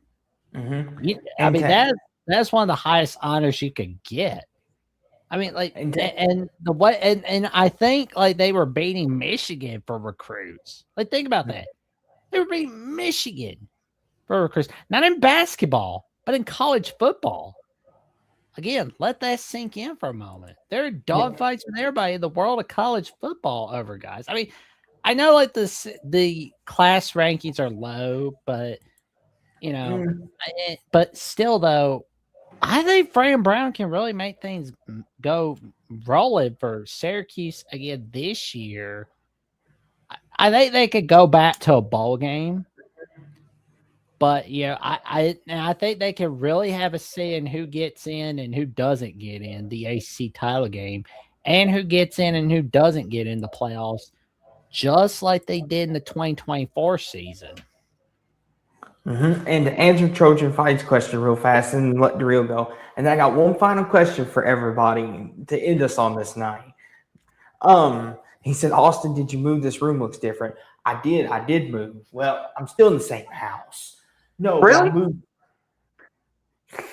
Yes, you're not going to tell him the truth?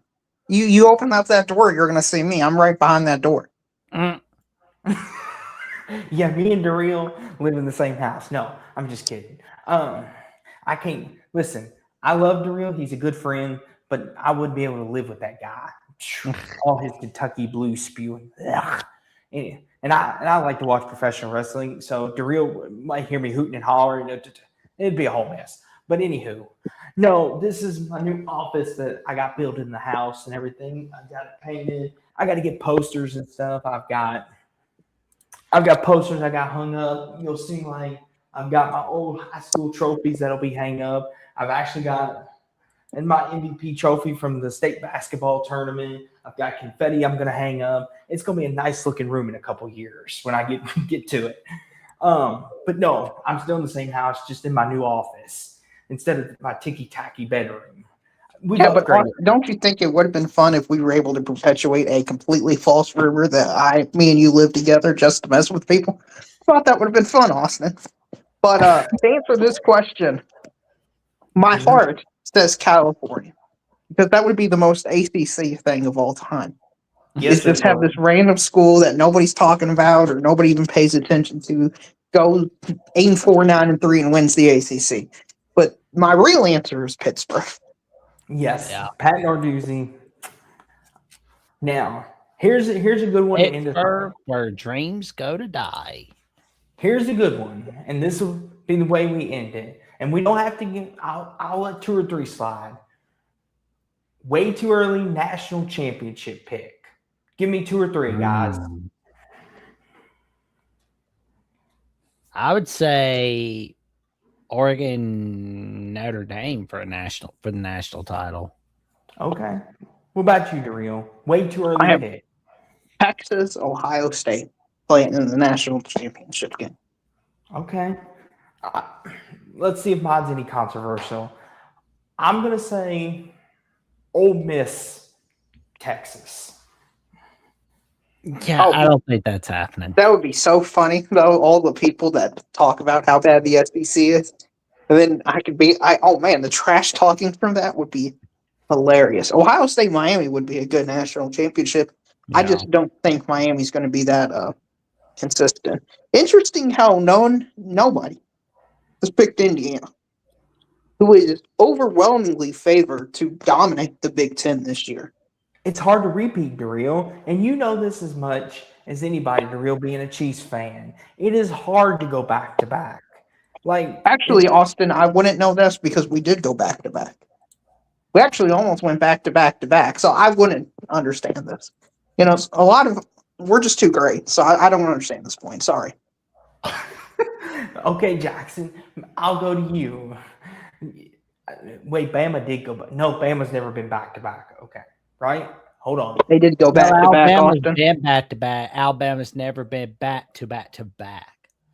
Okay, never mind. Jackson wouldn't understand either. Well, to my normal people out there that don't live in a dynasty era, like I pick all the teams that are not in dynasty. It is hard to go back to back and win titles back to back years. It is extremely, extremely, extremely hard. Any coach will tell you winning one is tough, but winning 2 in a row is extremely difficult. And there's never been a three-peat in college football history. Well, there's been one. There's been one.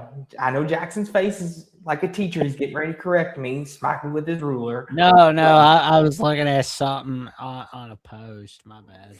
But, yeah. And Dave's right. Minnesota's the last 3 team to three-peat. Yes, Dave. You're Golden Gophers. I don't know what their call is, but go Gophers. That was from 1934 to 1936. See, and the closest team to doing that was Georgia a couple years ago when they won in 22 and 23. They could have won in 24. But yeah, it's hard to go back to back. So I see why people are not giving Indiana credit. Now, could Indiana go back to back? Absolutely. But like Michigan Anderson said somewhere in here, or someone said they weren't sold on Trojan Fight, not Michigander, my bad. Sorry, people, I'm getting names mixed up.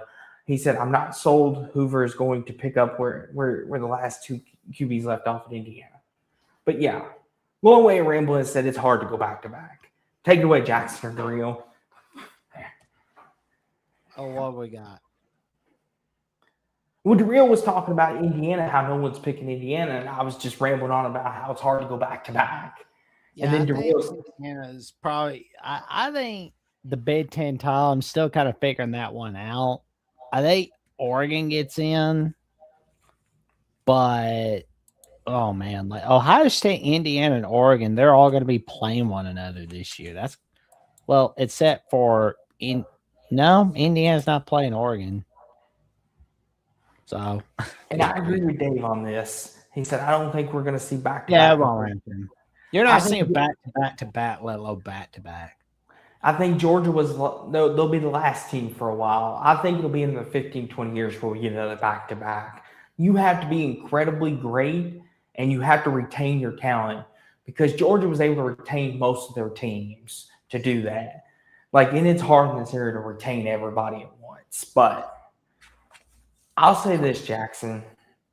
Depending on if Daryl comes back or not, and Trojan Fight says Indiana has the scheduling going for them. Ohio State. Yeah, pretty sure that they don't have to play a decent opponent until mid-October. Yes, but 100%. Indiana proved they could beat Ohio State though. That's the thing. So it's no longer the big bad Buckeyes, as Caitlin would like to call it.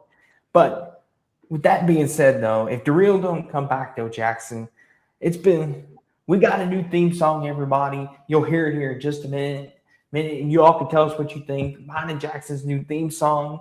But before we do that, you know what we got to do. We got to hit the notifications and all that. Jackson's got to tell you what he's got going on.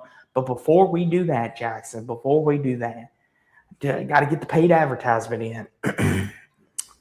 If you happen to be thirsty or perhaps looking for a beverage of some type and you don't know where to get one, and or you happen to stumble across a nice cold beverage and don't want to carry it, put it in this nice little tumbler here. Alabama, the voice of college football, which happens to be a show Jackson runs on the Voice of College Football Network quite conveniently.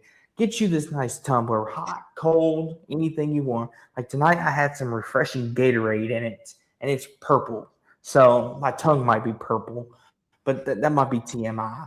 But get you one of these mugs, or better yet, get you a hat or get you a scarf if they've got those. I mean, this is good stuff here. It helps supports a good cause. Alabama, the voice of college football. Jackson will tell you what else they're cooking up there and helps out a good cause. What do you got cooking, Jackson? Well, on Alabama with the Voice College Football, we're cooking up some magic on the call-in show Thursday nights. Jeffrey and I take your calls, 10 p.m. Eastern Time, 9 p.m. Central Time. But pretty soon, we got some more content coming your way before the week is out. I'm going to be joined by Steve Helwig discussing the early season preview of the East Carolina matchup. And we're going to have a video out where we discuss who's going to be the breakout freshman of the 2026 season. So we've got some magic coming your way on Alabama with the Voice of College Football. Plus, Tucker Harlan, Andrew Miller, and myself have magic coming your way on SEC at the Voice of College Football. We were joined by Jaron Spohr of Locked On Mississippi State tonight, where we had a fun time on the 53rd edition of SEC Live. So that was a wild ride all right there. And if you watched a little bit of Tuesday afternoon or just saw a rerun of college sports, I've taken on a new project, added in with Alabama at the Voice of College Football, SEC at the Voice of College Football.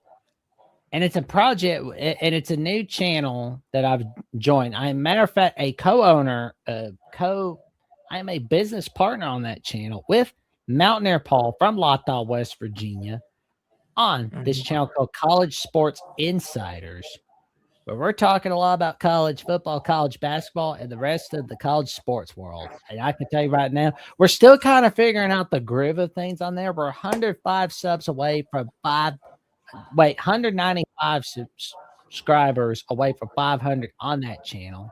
So we're rocking and rolling on there. And tomorrow, and on Thursday night at 8:30 p.m. Eastern Time, Mountaineer Paul and I are going to be joined by Andrew McCleary of Red Raiders Wire at USA Today, discuss what's next after Sorsby, and we go over position by position for the Texas Tech Red Raiders. So we won't be talking a whole lot about Sorsby. We're just going to be talking a lot about the positions heading into the 2026 season. Because I'll be honest, though, all that stuff about like, oh, season's over for testing, I doubt that. I doubt that very highly. It feels like BYU from last season all over again. But check us out on there. And you can always check me out on here on Jackson Johnson 979, where I've got some episodes of the Jackson coming your way. And for more updates, what I've got in my world, check me out, Jackson CFB on /Twitter and on Instagram. There's Jackson Johnson 543 908. And whoops, hitting wrong buttons here, people. Here we go. Jackson, hold on. Here we go. Putting on a 60-minute timer. Here we go. You can find me at Sports Talk with Austin, and of course on X, where you can find all my adventures, of course. And listen, I know some of you joined the party late and stuff, everything. Don't worry. Me and Jackson will be back again. Do not worry. We will have another show for you as we get closer to the season.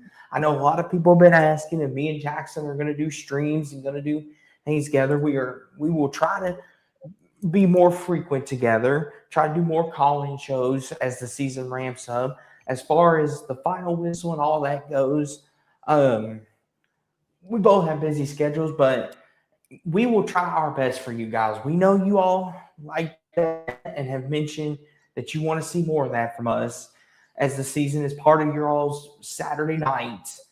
Me and Jackson will do our best.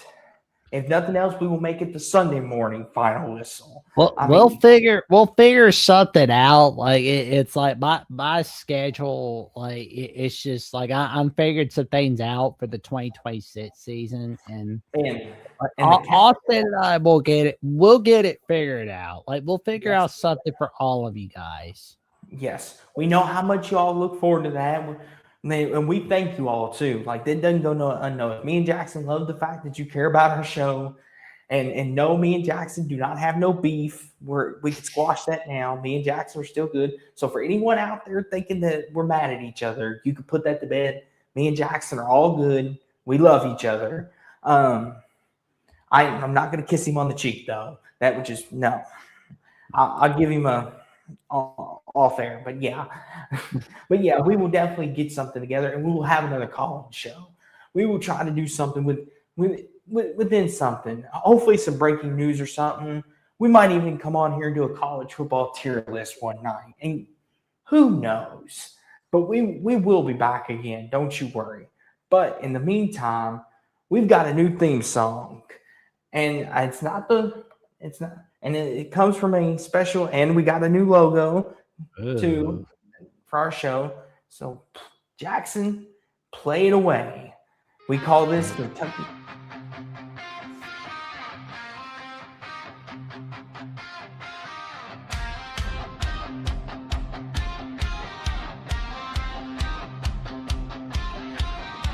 Two best friends from different states, one from Alabama, one from Kentucky's gates, talking ball from dawn till night, breaking down the plays, getting every call right.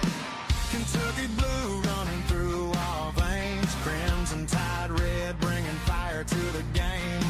Different colors, same heart inside, standing together with nothing to hide. Kentucky blue and crimson tide red, passion for the game and every word we said. Win or lose, we're showing up instead, building something bigger, moving straight ahead. Two best friends, too strong to lose, united by the game no matter what we choose, making it happen, chasing every dream, side by side, stronger than we seem. Saturday lights and the crowds roll out, talking football, making our hometowns proud. Every touchdown, every hard-fought drive, keeping the spirit of the game alive. From the hills of Kentucky to Alabama shore, we bring the energy and always want more. Not just fans, we're family now, keeping our promise and showing them how. Kentucky blue and crimson tide red, passion for the game and every word we said. Win or lose, we're showing up instead, building something bigger, moving straight ahead. Two best friends, too strong to lose, united by the game. We love you guys. Thank you all for being here. Much love, and we'll see you all next time.